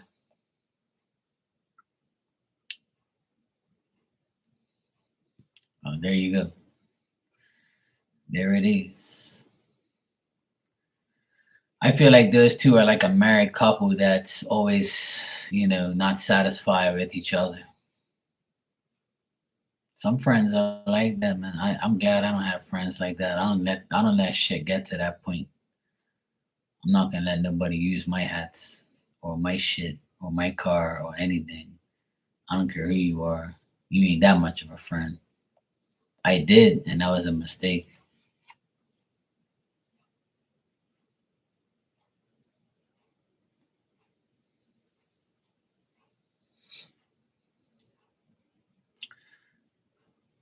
Once you move out, bro, you shouldn't even worry about those idiots. Just keep living your life, man.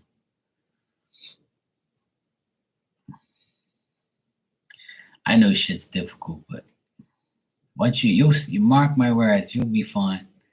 After you leave and then about a month goes by, you'll feel the energy. It'll be like you're like in heaven.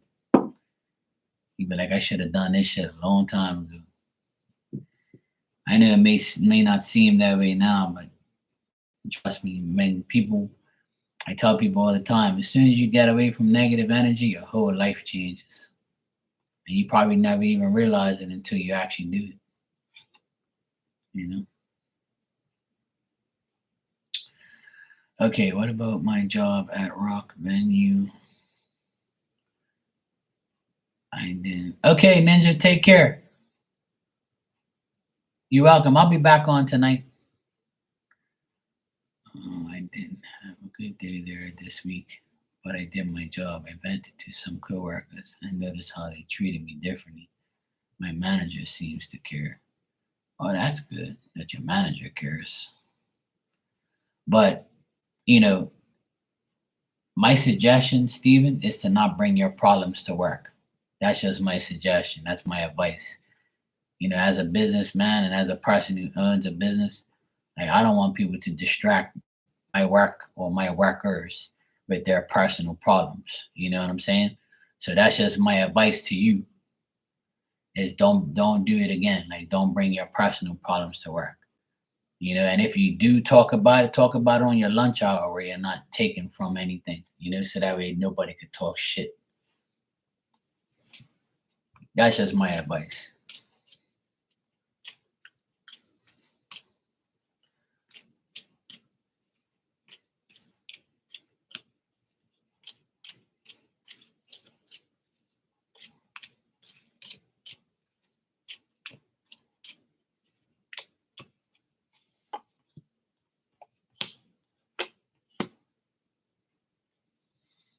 Well, it looks like they feel you that you're not happy. They know you're not happy. They know that you're very, you're worried, and you're showing your anxiety at work, and you're showing your concern.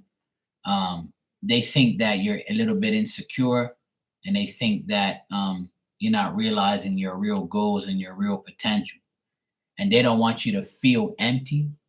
So that's why they actually talk to you. Hey, Indigo Stars, how you been? But this is why I'm trying to say, like, they want you to release this energy and move on. Like, I don't know if they've told you, hey, look, Steven, man, it's better for you if you move on from this situation. So if they're telling you, hey, Steven, move on from it, release this energy, get away from those people and just do your thing. Now, if they're saying that, they're probably, and then I feel like if they are saying that, then they want you to really be enlightened and really go forward, because they genuinely do care about you in some type of way.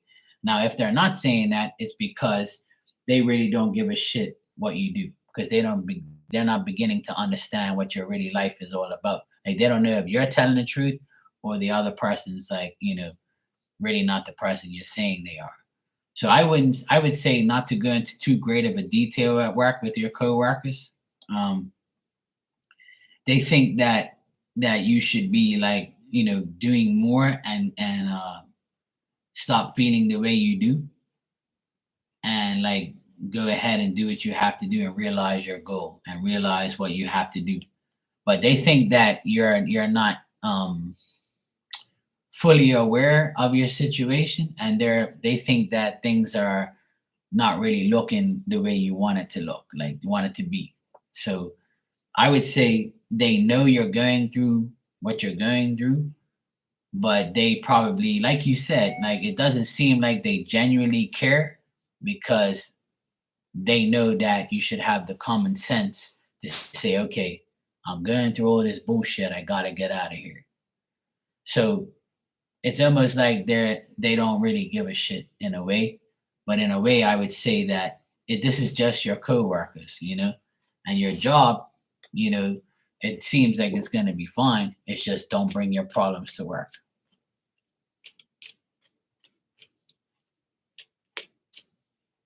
Let me just check something for you real quick. Yeah, I feel like your job will be fine, bro. I think that they're happy with you, they're satisfied with you. They feel like you have a lot of optimism, and they feel like you're very optimistic, and they feel like you shouldn't mix your present with your past, and things like that. Hey, Blue Nile, how you been, sweetheart? All good? They think that people are jealous of you. Yeah, sure, Blue Nile, yes. um they think that your indecision, your inability to make a decision is causing you problems. Like, they want you to, like, gain. You know, they want you to. They honestly want you to feel better. But it's like, at the end of the day, they don't want to listen to that shit all day. Like, like, they don't want that. I feel like they probably tell you, hey, look, I don't want you to be offended, Stephen, but I really don't want to listen to this right now. The type of vibe, like, But I don't get nothing bad, bro. Oh, thanks, Indigo. Okay, I got you. I got Nick next. Nick is after Steven. I got Nick. Then I got Indigo Stars, and then Blue Nile. So that's the order of next in line. And thank you, everybody, for donating. I appreciate it. So yeah, Steven, I would say that it's looking that way. It's pretty annoying. It's been a terrible few weeks back, but I'm doing a lot better. I'm glad you're doing better, sweetheart. I think everybody's had like a tough July, to be honest. I haven't heard of too much positivity this month. Here and there, but not too much. More negative than positive. But I just want everybody to understand that life's too short to be dwelling too much on other people's shit, or like really like being hard on yourself. I want everybody to understand life is too short to be hard on yourself or let other people make your life hard. We have a choice to deflect from that.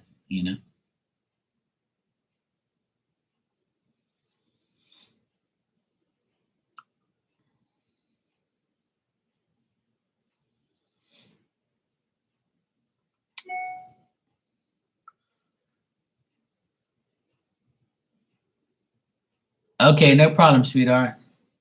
Thank you. All right. So, Steven, you said, yeah, of course, sweetheart. I'll take care of you, no problem. You know me, I always take care of you. I got you.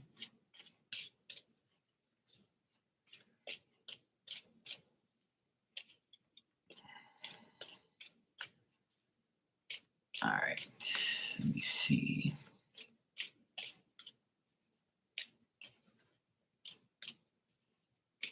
All right. Steven wants to know what this is.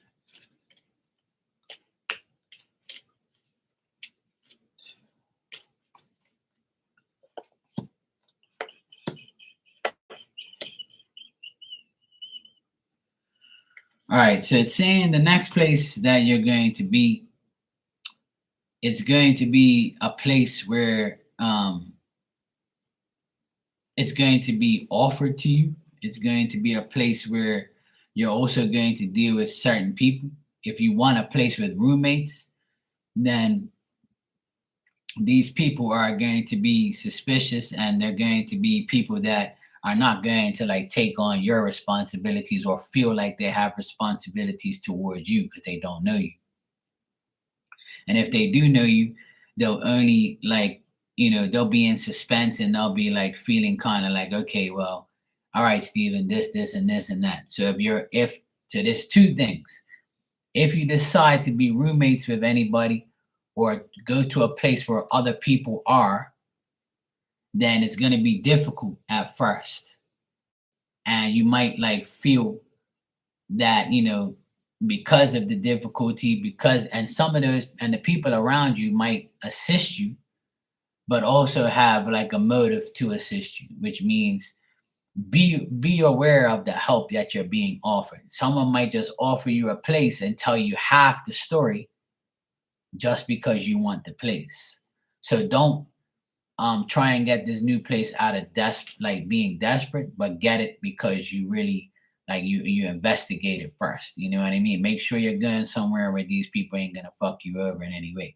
But I get that the end result will be um it's going to be a place where you're also restrained from doing certain things. Like you won't be able to um you'll get the place, but you'll be restrained from doing certain things. You might not be able to do this at that place or do that at this place. So there's going to be restrictions, but if you use your common sense and you use your things already, like you use your judgment, then it'll work out to be okay.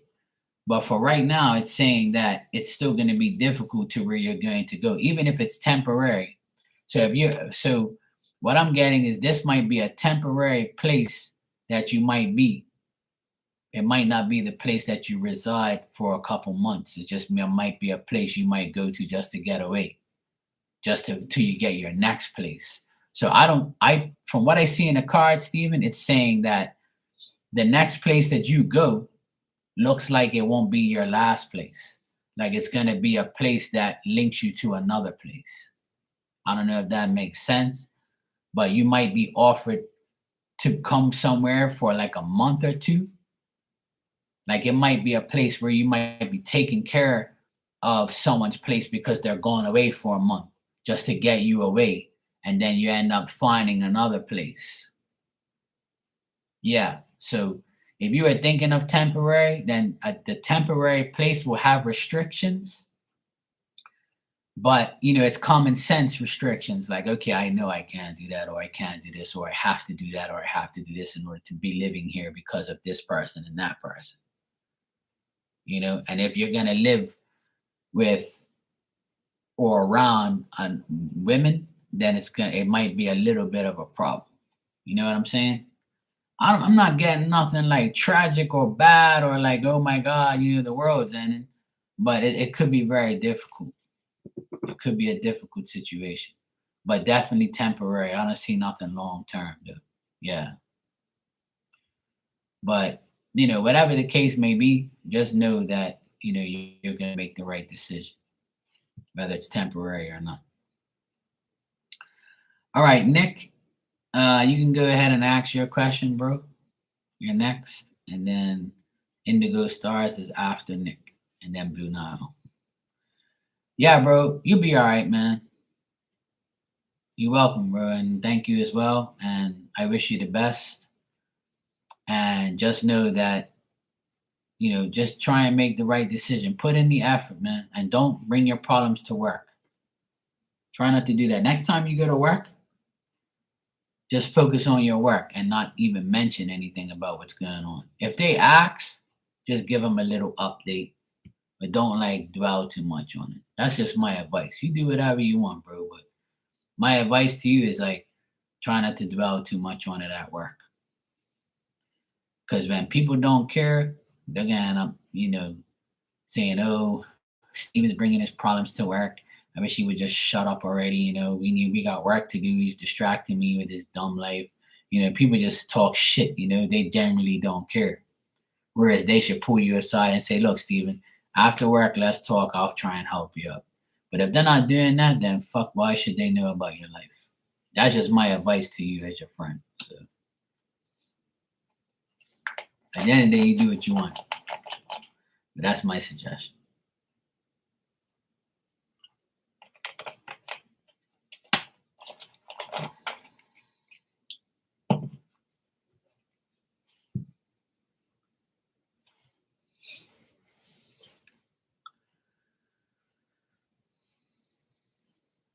So Nick, you're next. I don't know if you're here. Let me know if you're here. If not, I'll go on to Indigo Stars next.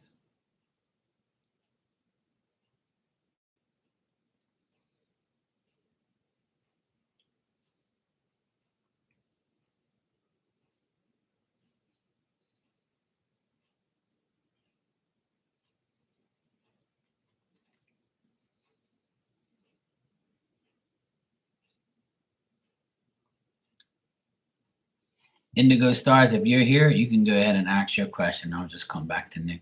That's fine. He'll be cool with that.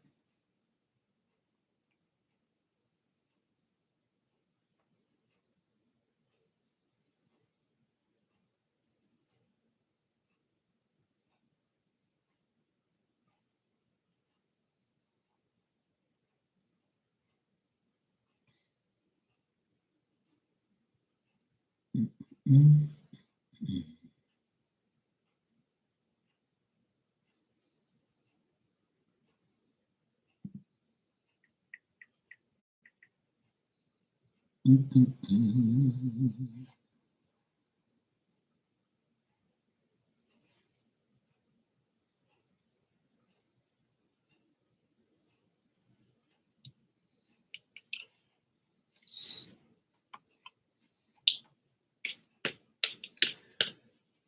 Nick or Indigo Stars, you guys can ask your questions. You're next.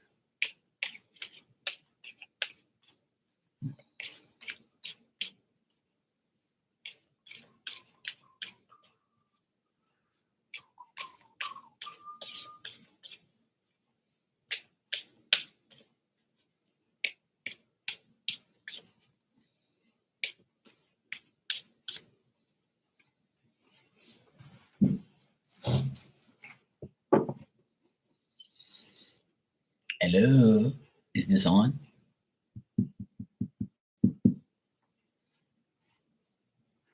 Is anybody there?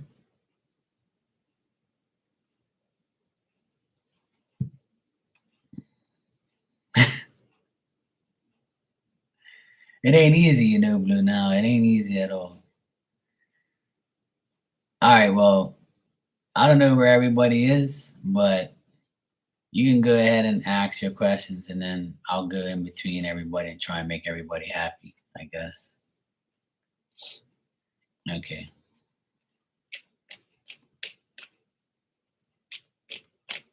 Yeah, that's cool. I'll get everybody sorted up. Okay, contact.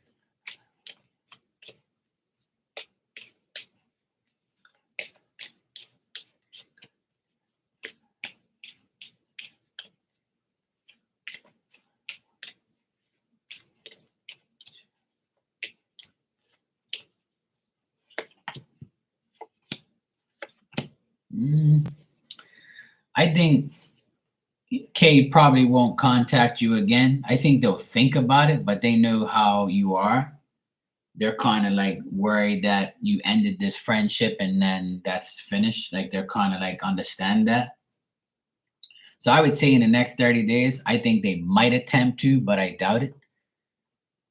Um, like as far as contact, I'm not getting that because they know that I think slowly but surely they finally got the point, and I don't see communication here at all because they know how strong you are and they know that you control your life and your situation. So they're like, you know what?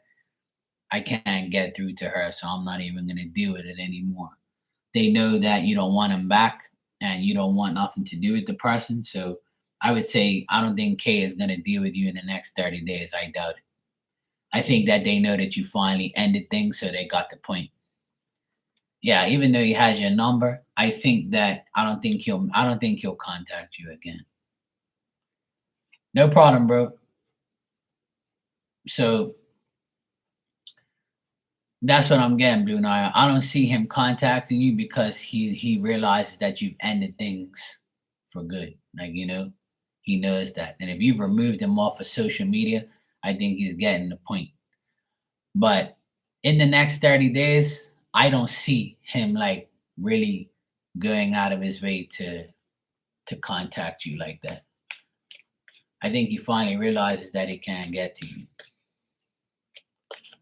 Right, that's what I'm saying. Like he's ended the friendship and the relationship. So, right. So if he did that, then he probably feels like I don't have to contact her anymore anyway. Like I think he knows that you control the situation now. You control the contact.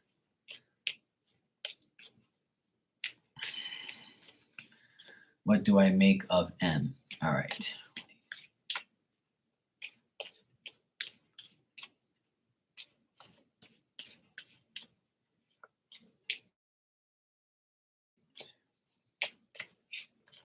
Right. Well, that friends and shit don't work. Yeah. I mean, with contact, it all depends on how frisky the person feels at the time. Like it's possible that he will, but I'm getting that he won't. I'm getting like it doesn't seem like he will. All right, M. What do I make of M? M looks like this person. M looks like a person that is capable of deceiving, tricking, like saying something that's not really true. This person's very uncertain and feels weak. And this person also feels like they're somebody who seduces people or like will act like they want peace and they want like a truce and they want affection and they want this and they want that, but really they're not about that life. This person seems very like damaged and they feel like they're like not really wanting to better their own life, let alone like better themselves and better someone else or talk to someone else. I think they're like all about negativity right now. So M doesn't look very, very decent either here. This person's like kind of like doing fraud type of shit or deceptive things. Like I feel like they flatter you to get your attention and then like they're just like not about the life that they proclaim they are. I also feel like this person like takes chances, but is very uncertain when they take a chance. Like they're very uncertain. Like their outlook on things is like, are you serious? Like, no way, that can't be right. But they stand firm in their lies. They stand firm in what they believe in, but it's not reality. It's just all fake shit. It's all like, let me see what I can get out of this person. Let me see what I can get out of that person. Let me see if I can trick Blue Nile into giving me this or doing this for me or getting this from that person. So I would say M is not in a good state of mind, not in a good place. I'm not saying this person could do this to you, but this is how they feel. They feel like, weak and they feel like uncertain about what they want to do. and they've been through like some bad shit, so their mind is in the negative gutter right now. If this person's a man, then I would say that this person's capable of trying to manipulate people to get what he wants. So yeah, M is not in a good place. He's a romantic interest, so I would say that from looking at the cards, I would say that he would want sex with you and that's it, and like probably treat you rough and treat you like that you're a piece of ass and that's it. I don't think I don't think, I mean, I know this person is not into no love shit. They're not going to offer you some romantic love. Let's go to Paris and go look at the Eiffel Tower and let's be romantic and go to the beach. They just want to fuck, or they just want like sexual relationship. They just want to get some and leave. So don't allow them to like swindle their way into your life. Like, you know what I'm saying? Look at that shit. He said Paris and I said Paris. That's crazy. You know why I said Paris and the Eiffel Tower? Because I just finished seeing my friend is in Paris right now, and they took a picture by the Eiffel Tower. So that's where I got that shit from. And now you're telling me he'd take you to Paris in November. I don't blame you. I don't blame you. Like don't deal with that shit. Yeah, see? That's crazy. So that's why I got that, I guess. That's fucking crazy. Well, I don't know why guys do that shit though. You know what I'm saying? Blue, now I don't understand how people do that shit. Like why the fuck you lying and shit? Or why you like, you trying to like con your way into people's lives? Like that's just weird as fuck. I know, right?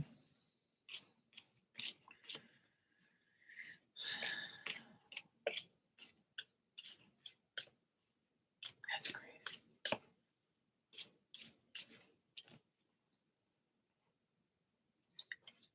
Yeah, see, he would like to take you on a trip. So that is true. He does want to take you on a trip, but he's not going to be like, honest and tell you that, I want you in my life. I want you to be my woman, yada, yada, yada. Like, I'm not getting that. Like, he just wants to use you or like take you for a ride. Yeah. And like on the bottom, it says that he's feeling lonely. Like, he's actually, yeah, like he's actually like would take you on a trip. He would. I'm getting like the trip card here, Six of Swords. So he'll take you on that journey and that trip, but that's about it. But he ain't gonna be like your man and your sugar daddy and give you the world and give you a great relationship. But then again, if you just want to fling, that's the right person for you. If you don't want to fling and you want a serious relationship, then that's not the right person for you. So that's your choice. You know what I'm saying? So if you want to get some, you want to have a good time and a free trip, free dinners, and free sex, that's your guy. But if you want a real relationship and something decent and be respected, then he's not your guy. That's what I would say. So I'll put it to you in those terms.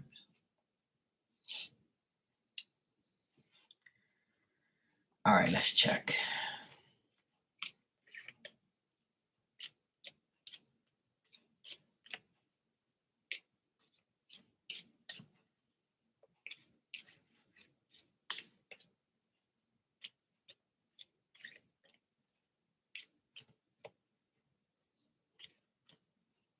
You know what, Blue? Now I see a woman around you, and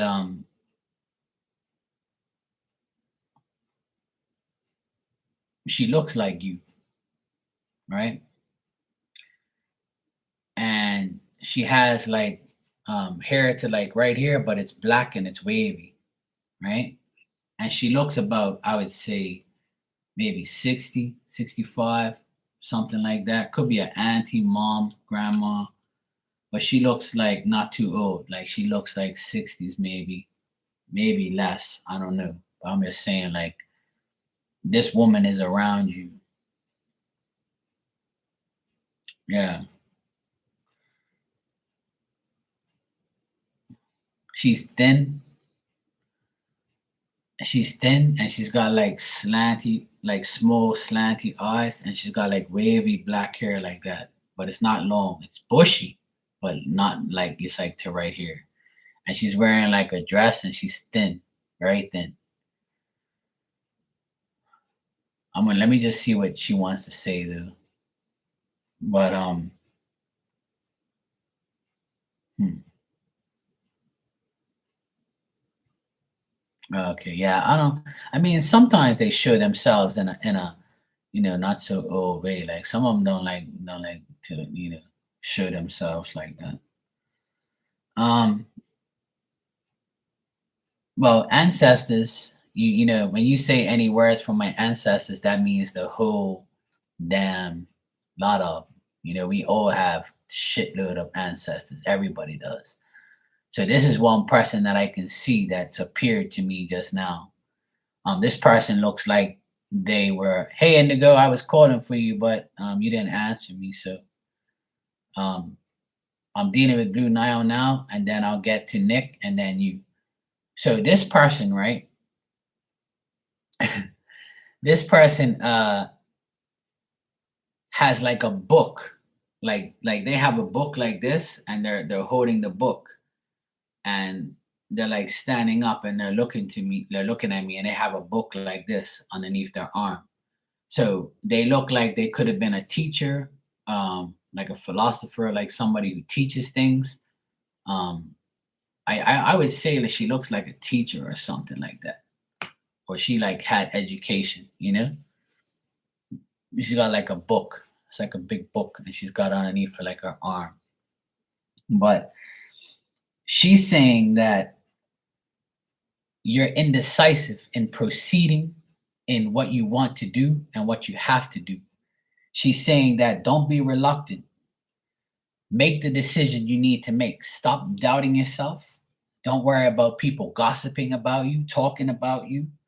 If you feel like you've had bad luck, it's because you've put this pretty much on yourself. You're restraining yourself from doing what you have to do. She wants you to use your common sense. And now she's got like the book like this, and she's saying, use your common sense, find the balance, be firm in your decisions, take the risk, make a decision that you know about. And what that means is if you have the knowledge that you want to do something, then fucking do it. Like that's what she's saying. Like you gotta do what you really want to do. And I feel like this is something that you really want to do, but you're so indecisive about it, you don't want to do it. Like she's saying you got to be more practical, and you restrain yourself from doing what you really, really and truly want to do. So if there's like a business venture you want to do, or a job you want to do, or a business you want to start, or whatever you're doing currently, if you really want to get to the bottom of this and get to where you need to be, she's saying you have to make the decision. No one's going to make the decision for you. And because this woman has this book, it could be something, that a book that you have, that you hold dear to your heart, something you write things down in, but you're not going by what you're writing down. You're actually not, you're writing things down. You see what you're writing, you know what you want, but you don't do it. You keep closing that chapter and saying, you know what, I can't do that right now. I'm not going to do that. I swear, like I've told you this before. I feel like I told you that there was something you wanted to do, but you never did it. So she's saying, like, take courtesy to yourself, like, be courteous to yourself, like, stop beating yourself up. Yeah, you should. If you're sexy as fuck, then go for it. If that's what you want to do, sweetheart, do it. And this woman that I'm talking to, right? She's saying that, you know, that you have the hair, you have the style, you have the fashion, you have everything in front of you. You have that knowing. You know what you really have to do, but you're just very reluctant. You're not wanting to do it. And she says that this could be from the unhappiness you had growing up, the no support of a family. This could be differences of opinions you have with people that are close to you that don't give you that support. Or this could be like you arguing amongst family or friends, or you like not really seeing the big picture or worrying about how people are going to judge you. So she's saying, don't be like that, you know? Like the message from her, your ancestor, like, yeah, see, yeah. So what she's saying is right. She's saying like this has to start with you. You've got it. You can't be reluctant for change. You have to do this for your own sake.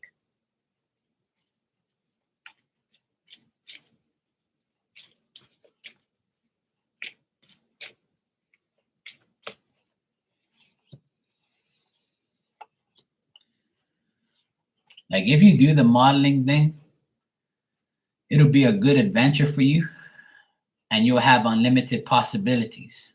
But you're going to be frustrated. You're going to have interference by people. You have to make the right plans. And this is where the reluctancy comes in, if that's even a word. But I keep getting that, that I think that your thought patterns are too, I wouldn't say negative. I don't get negativity around you. I just think that it's reluctant and doubtful. Yeah, I mean, me personally, I want you to, take off. But if that's something you want to do, then you should go for it. If you're being offered that, you know what I'm saying? But that's why it's happening, because you're doubting yourself. See, it's saying that you failed to meet your own test, and that's not harsh. That's just the truth. So you can't fail to meet the test that you haven't taken yet. You can't think you're not going to succeed before you succeed. If you know you can be a model, then do it. If you know you want to be a teacher, do it. Whatever you want to do it. I'm a prime example of that. You're looking at a person who wanted to go on his own and succeeds on his own and wants to be what I want to be. If I don't do it, then how am I going to succeed? So this is what your ancestors are saying, that you're not doing what you really want to do. But when you do it, then you'll be all right.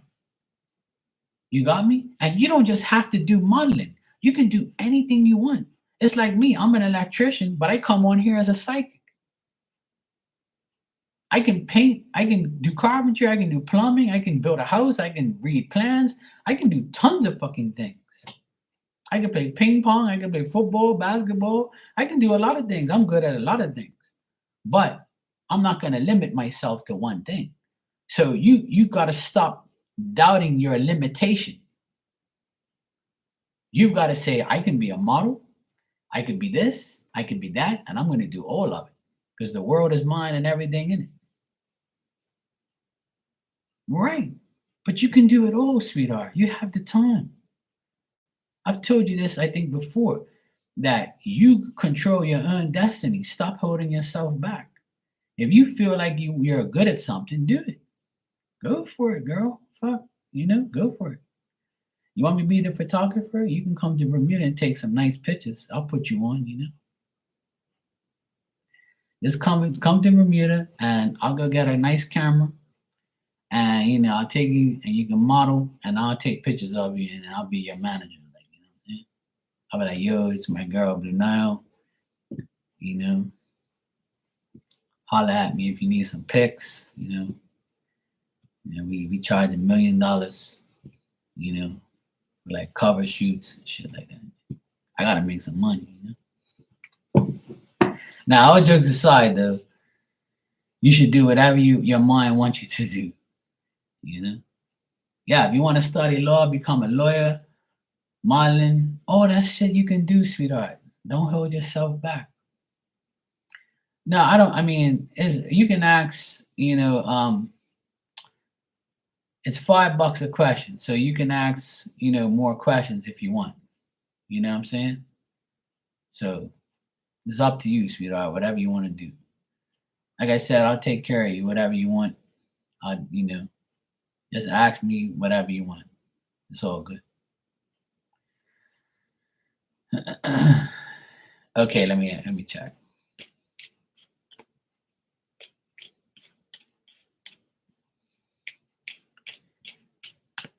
All right.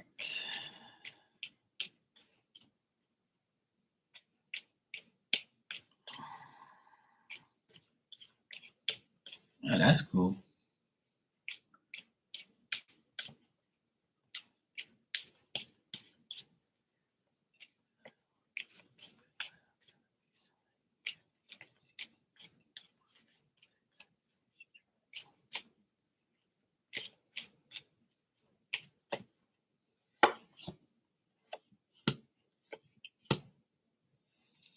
Okay, so it's saying here that it's very possible you can, yes, but you can't live in denial. Yeah, I keep getting the same thing. If you're insecure about yourself, if you live in denial, or you need some type of illumination, or like oomph, or like courage from other people, then it's not going to work. But it's saying here, right? It's saying here that a man, there's a man that has a modeling agency. This guy is someone who's very known. He's very good at what he does.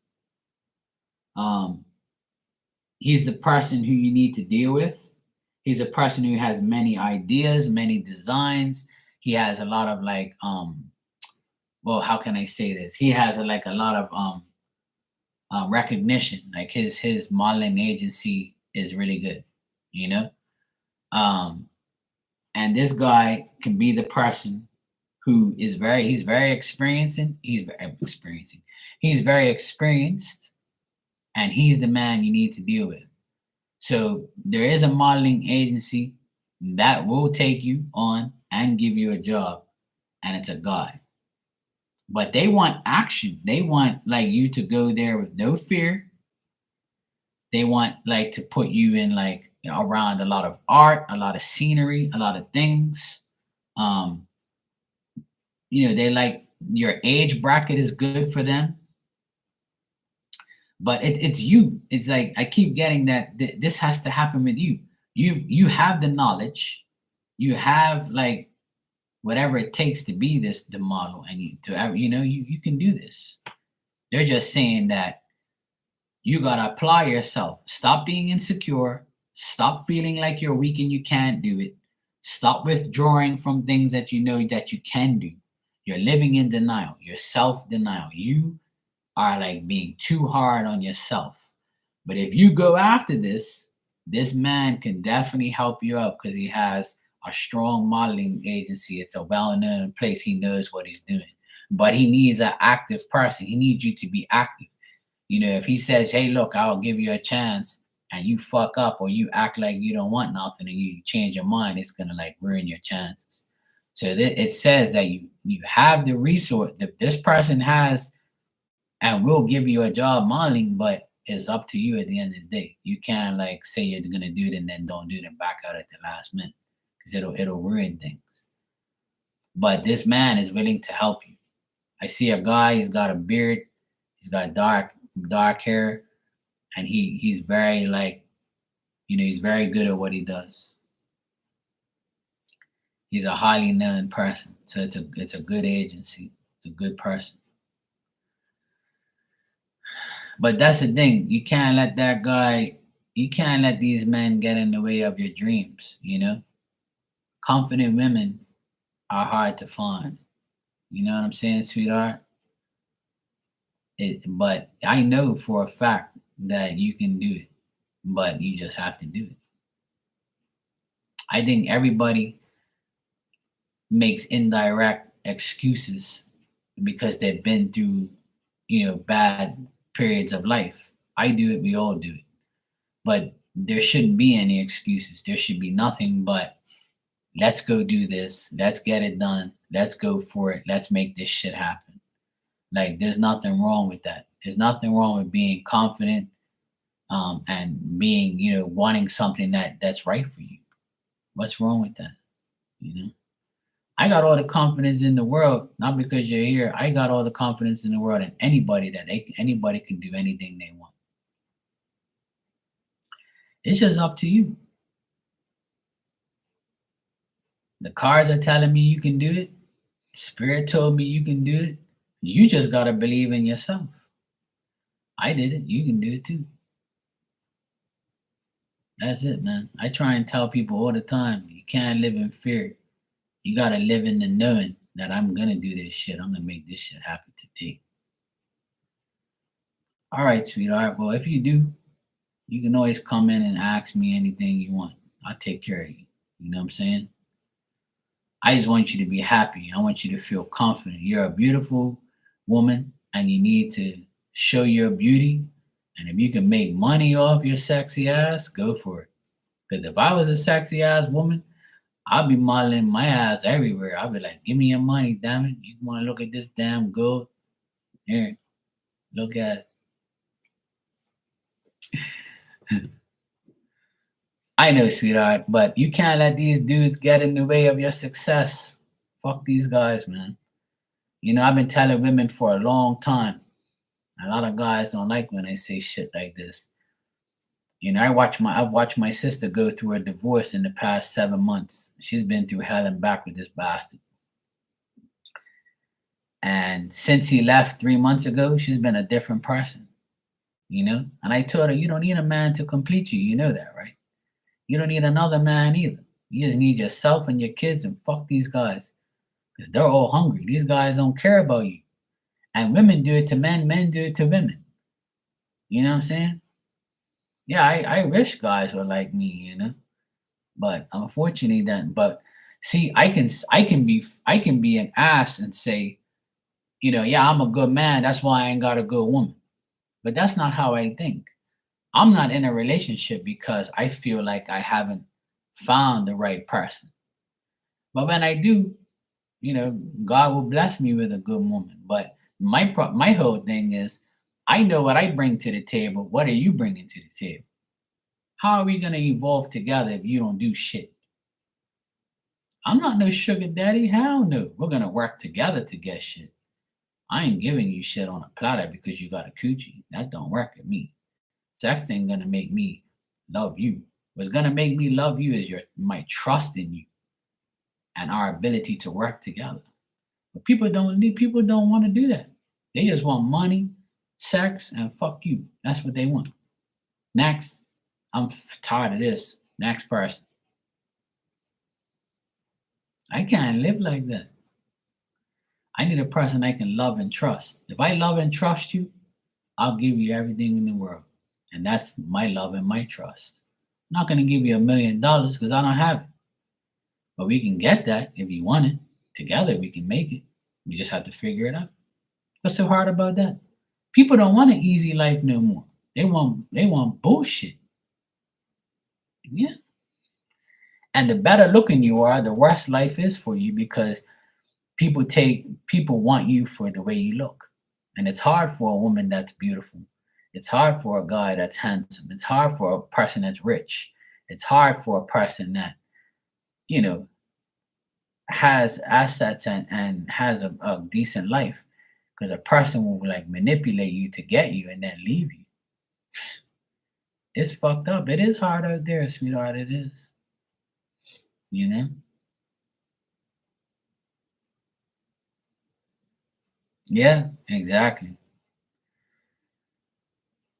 No, no. Yeah, I know. Well, I try not to look at beauty as a curse. I think that beautiful women just know that, you know, they get hit on because they're beautiful. Beauty is not a curse to me. It's a curse if you want it to be because you allow a man to take you for your beauty and not for your heart. See, that's the problem with the world and problem with relationships is men and women want a good looking person, but they have no heart. They have no love. They have no soul. So what's a good looking person without those things? You can find a complete package, but you know, I know tons of beautiful people that are together. And beauty's not the outside, it's also the inside. You can be the finest woman in the world. Don't make no difference to me. If you're a bitch, I'm not gonna like you. If you treat me like shit, I don't care how fine you are. I don't give a fuck about your looks. Your looks will deteriorate when you reach 60s, 50, 60, 70, 80. Your wrinkled up ass ain't gonna look no decent to me. I don't care. And I'm right behind you. I'm the same age. So what's that got to do with anything? You know? You know? Yeah, exactly. So, I mean, it is a curse sometimes because beautiful women have a hard time. I'm not gonna lie. I know a lot of beautiful women. I speak to beautiful women on my channel. I have pure beautiful women on here, women that I would love to be with, and they've been through the ring, divorce, cheating, disrespected, and they say the same thing. Mark, I can't deal with these men. Fuck them. I can't deal with it. I'd rather be by myself, and I don't blame 'em. I don't blame 'em. Well, if you don't feel that, it shows up in the cards that you don't feel that way, but you should for your own sake. You should love yourself more than anybody would ever love you, sweetheart. Trust me. You cannot. I know you're saying that because you're being honest. You don't even feel beautiful inside, but you can be. You can be beautiful inside out. You just have to feel that way, know that way, and teach yourself to be that way. You know, it's that simple. Indigo Stars, if you're here, you can ask your question. Nick, if you're here, you can ask your question. I'm just waiting on you guys. I'm here. But Blue Nile, sweetheart, don't be like that. Just don't put yourself like in that predicament. You're too good to feel that way about yourself. I don't want nobody in here to ever feel like they're not beautiful enough or they're not good enough. You're supposed to love yourself as much as you can. We all go through bullshit, but it's no reason to be hard on ourselves. Everybody's beautiful in their own ways. You don't have to be something that you don't want to be. But my advice to you, sweetheart, is to always put yourself first. And life is too short. Every day that goes by, we're getting closer to that fucking box in the ground. You know that, right? So you have to make life the best way you can. And I've been trying to teach people that for years.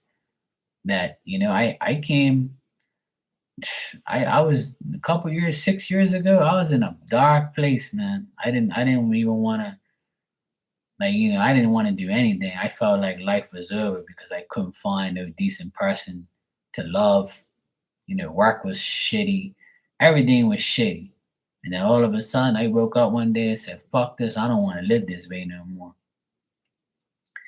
Quit this, did that, you know, took a hold of myself. I grabbed myself by my own neck and said, you motherfucker, you're going to do this today. You're going to get better. Life's going to change for you right now. Today's the day you wake the fuck up. And that's what happened. That's why I'm a better person now than I've ever been. Because I woke myself up. Nobody's going to help me. Nobody helped me get to where I am now. But you know what helped me the most is listening to everybody's story on here. That's why I like to talk to everybody that comes in here.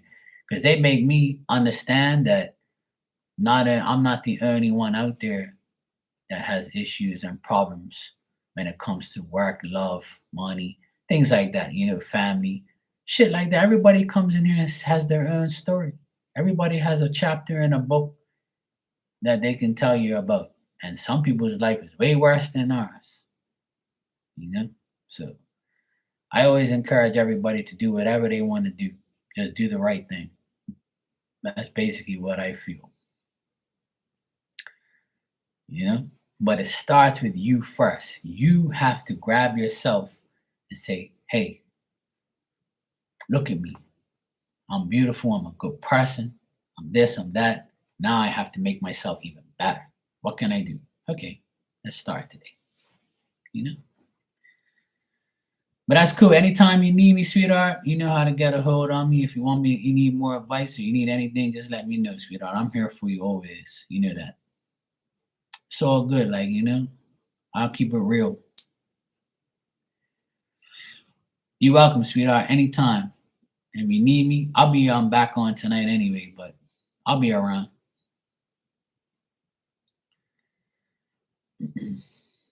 Indigo Stars or Nick, if you guys are here, you can go ahead and ask your question.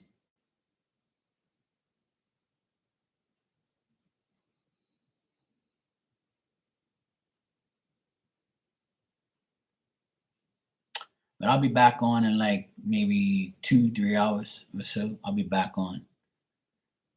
So I'm gonna go eat my dinner and I'll be back. But Nick, Indigo Stars, if you're here, let me know. And Blue Nile, take care of yourself, sweetheart. And if you need me,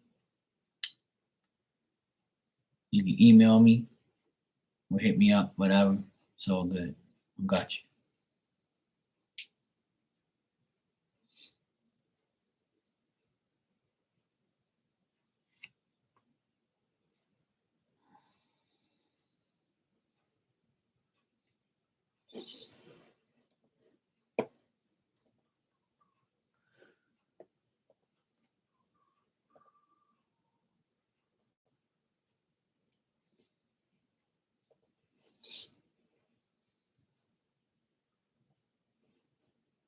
Mm-mm.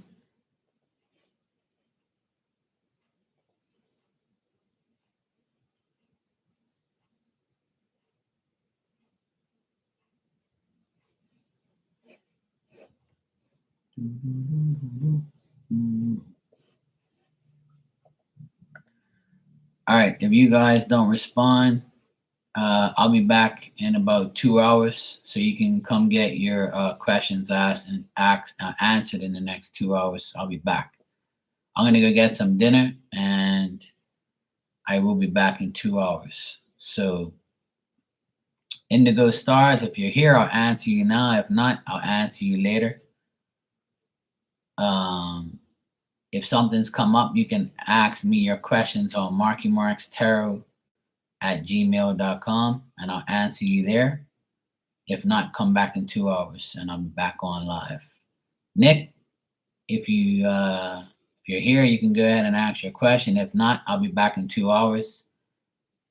But if you guys if you need it done sooner, then just go to my email and email me, and then I'll answer you. So speak now or forever hold your peace. I didn't think I was gonna have all you guys here today because this is like early for me. So I don't think anybody's here. I'm not getting any response. But if you guys see this video, I'll be back in 2 hours. All right. I know I was busy. Thanks for being patient. Hey Tristan, what's up, bro? How you been? How's it going? Yeah, I know it's late for you, I believe, but I'll be back on in like 2 hours. I'm just gonna go get something to eat and then chill out and then come back. Yeah, I'm about to hop off. I've been on here for like 2.5 hours and I got bombarded with questions and people. I still owe 2 people answers, but they never came back. So I'm gonna come back in like 2 hours and answer them and come back and deal with everybody. But I hope you're doing good, bro. You're chilling. That's good. But I'll be back in like 2 hours or probably less than that. I don't know. I'll see what happens. I'm gonna go get myself some dinner and chill out, and I'll be back. Good seeing you, dude, bro. I hope you're doing good.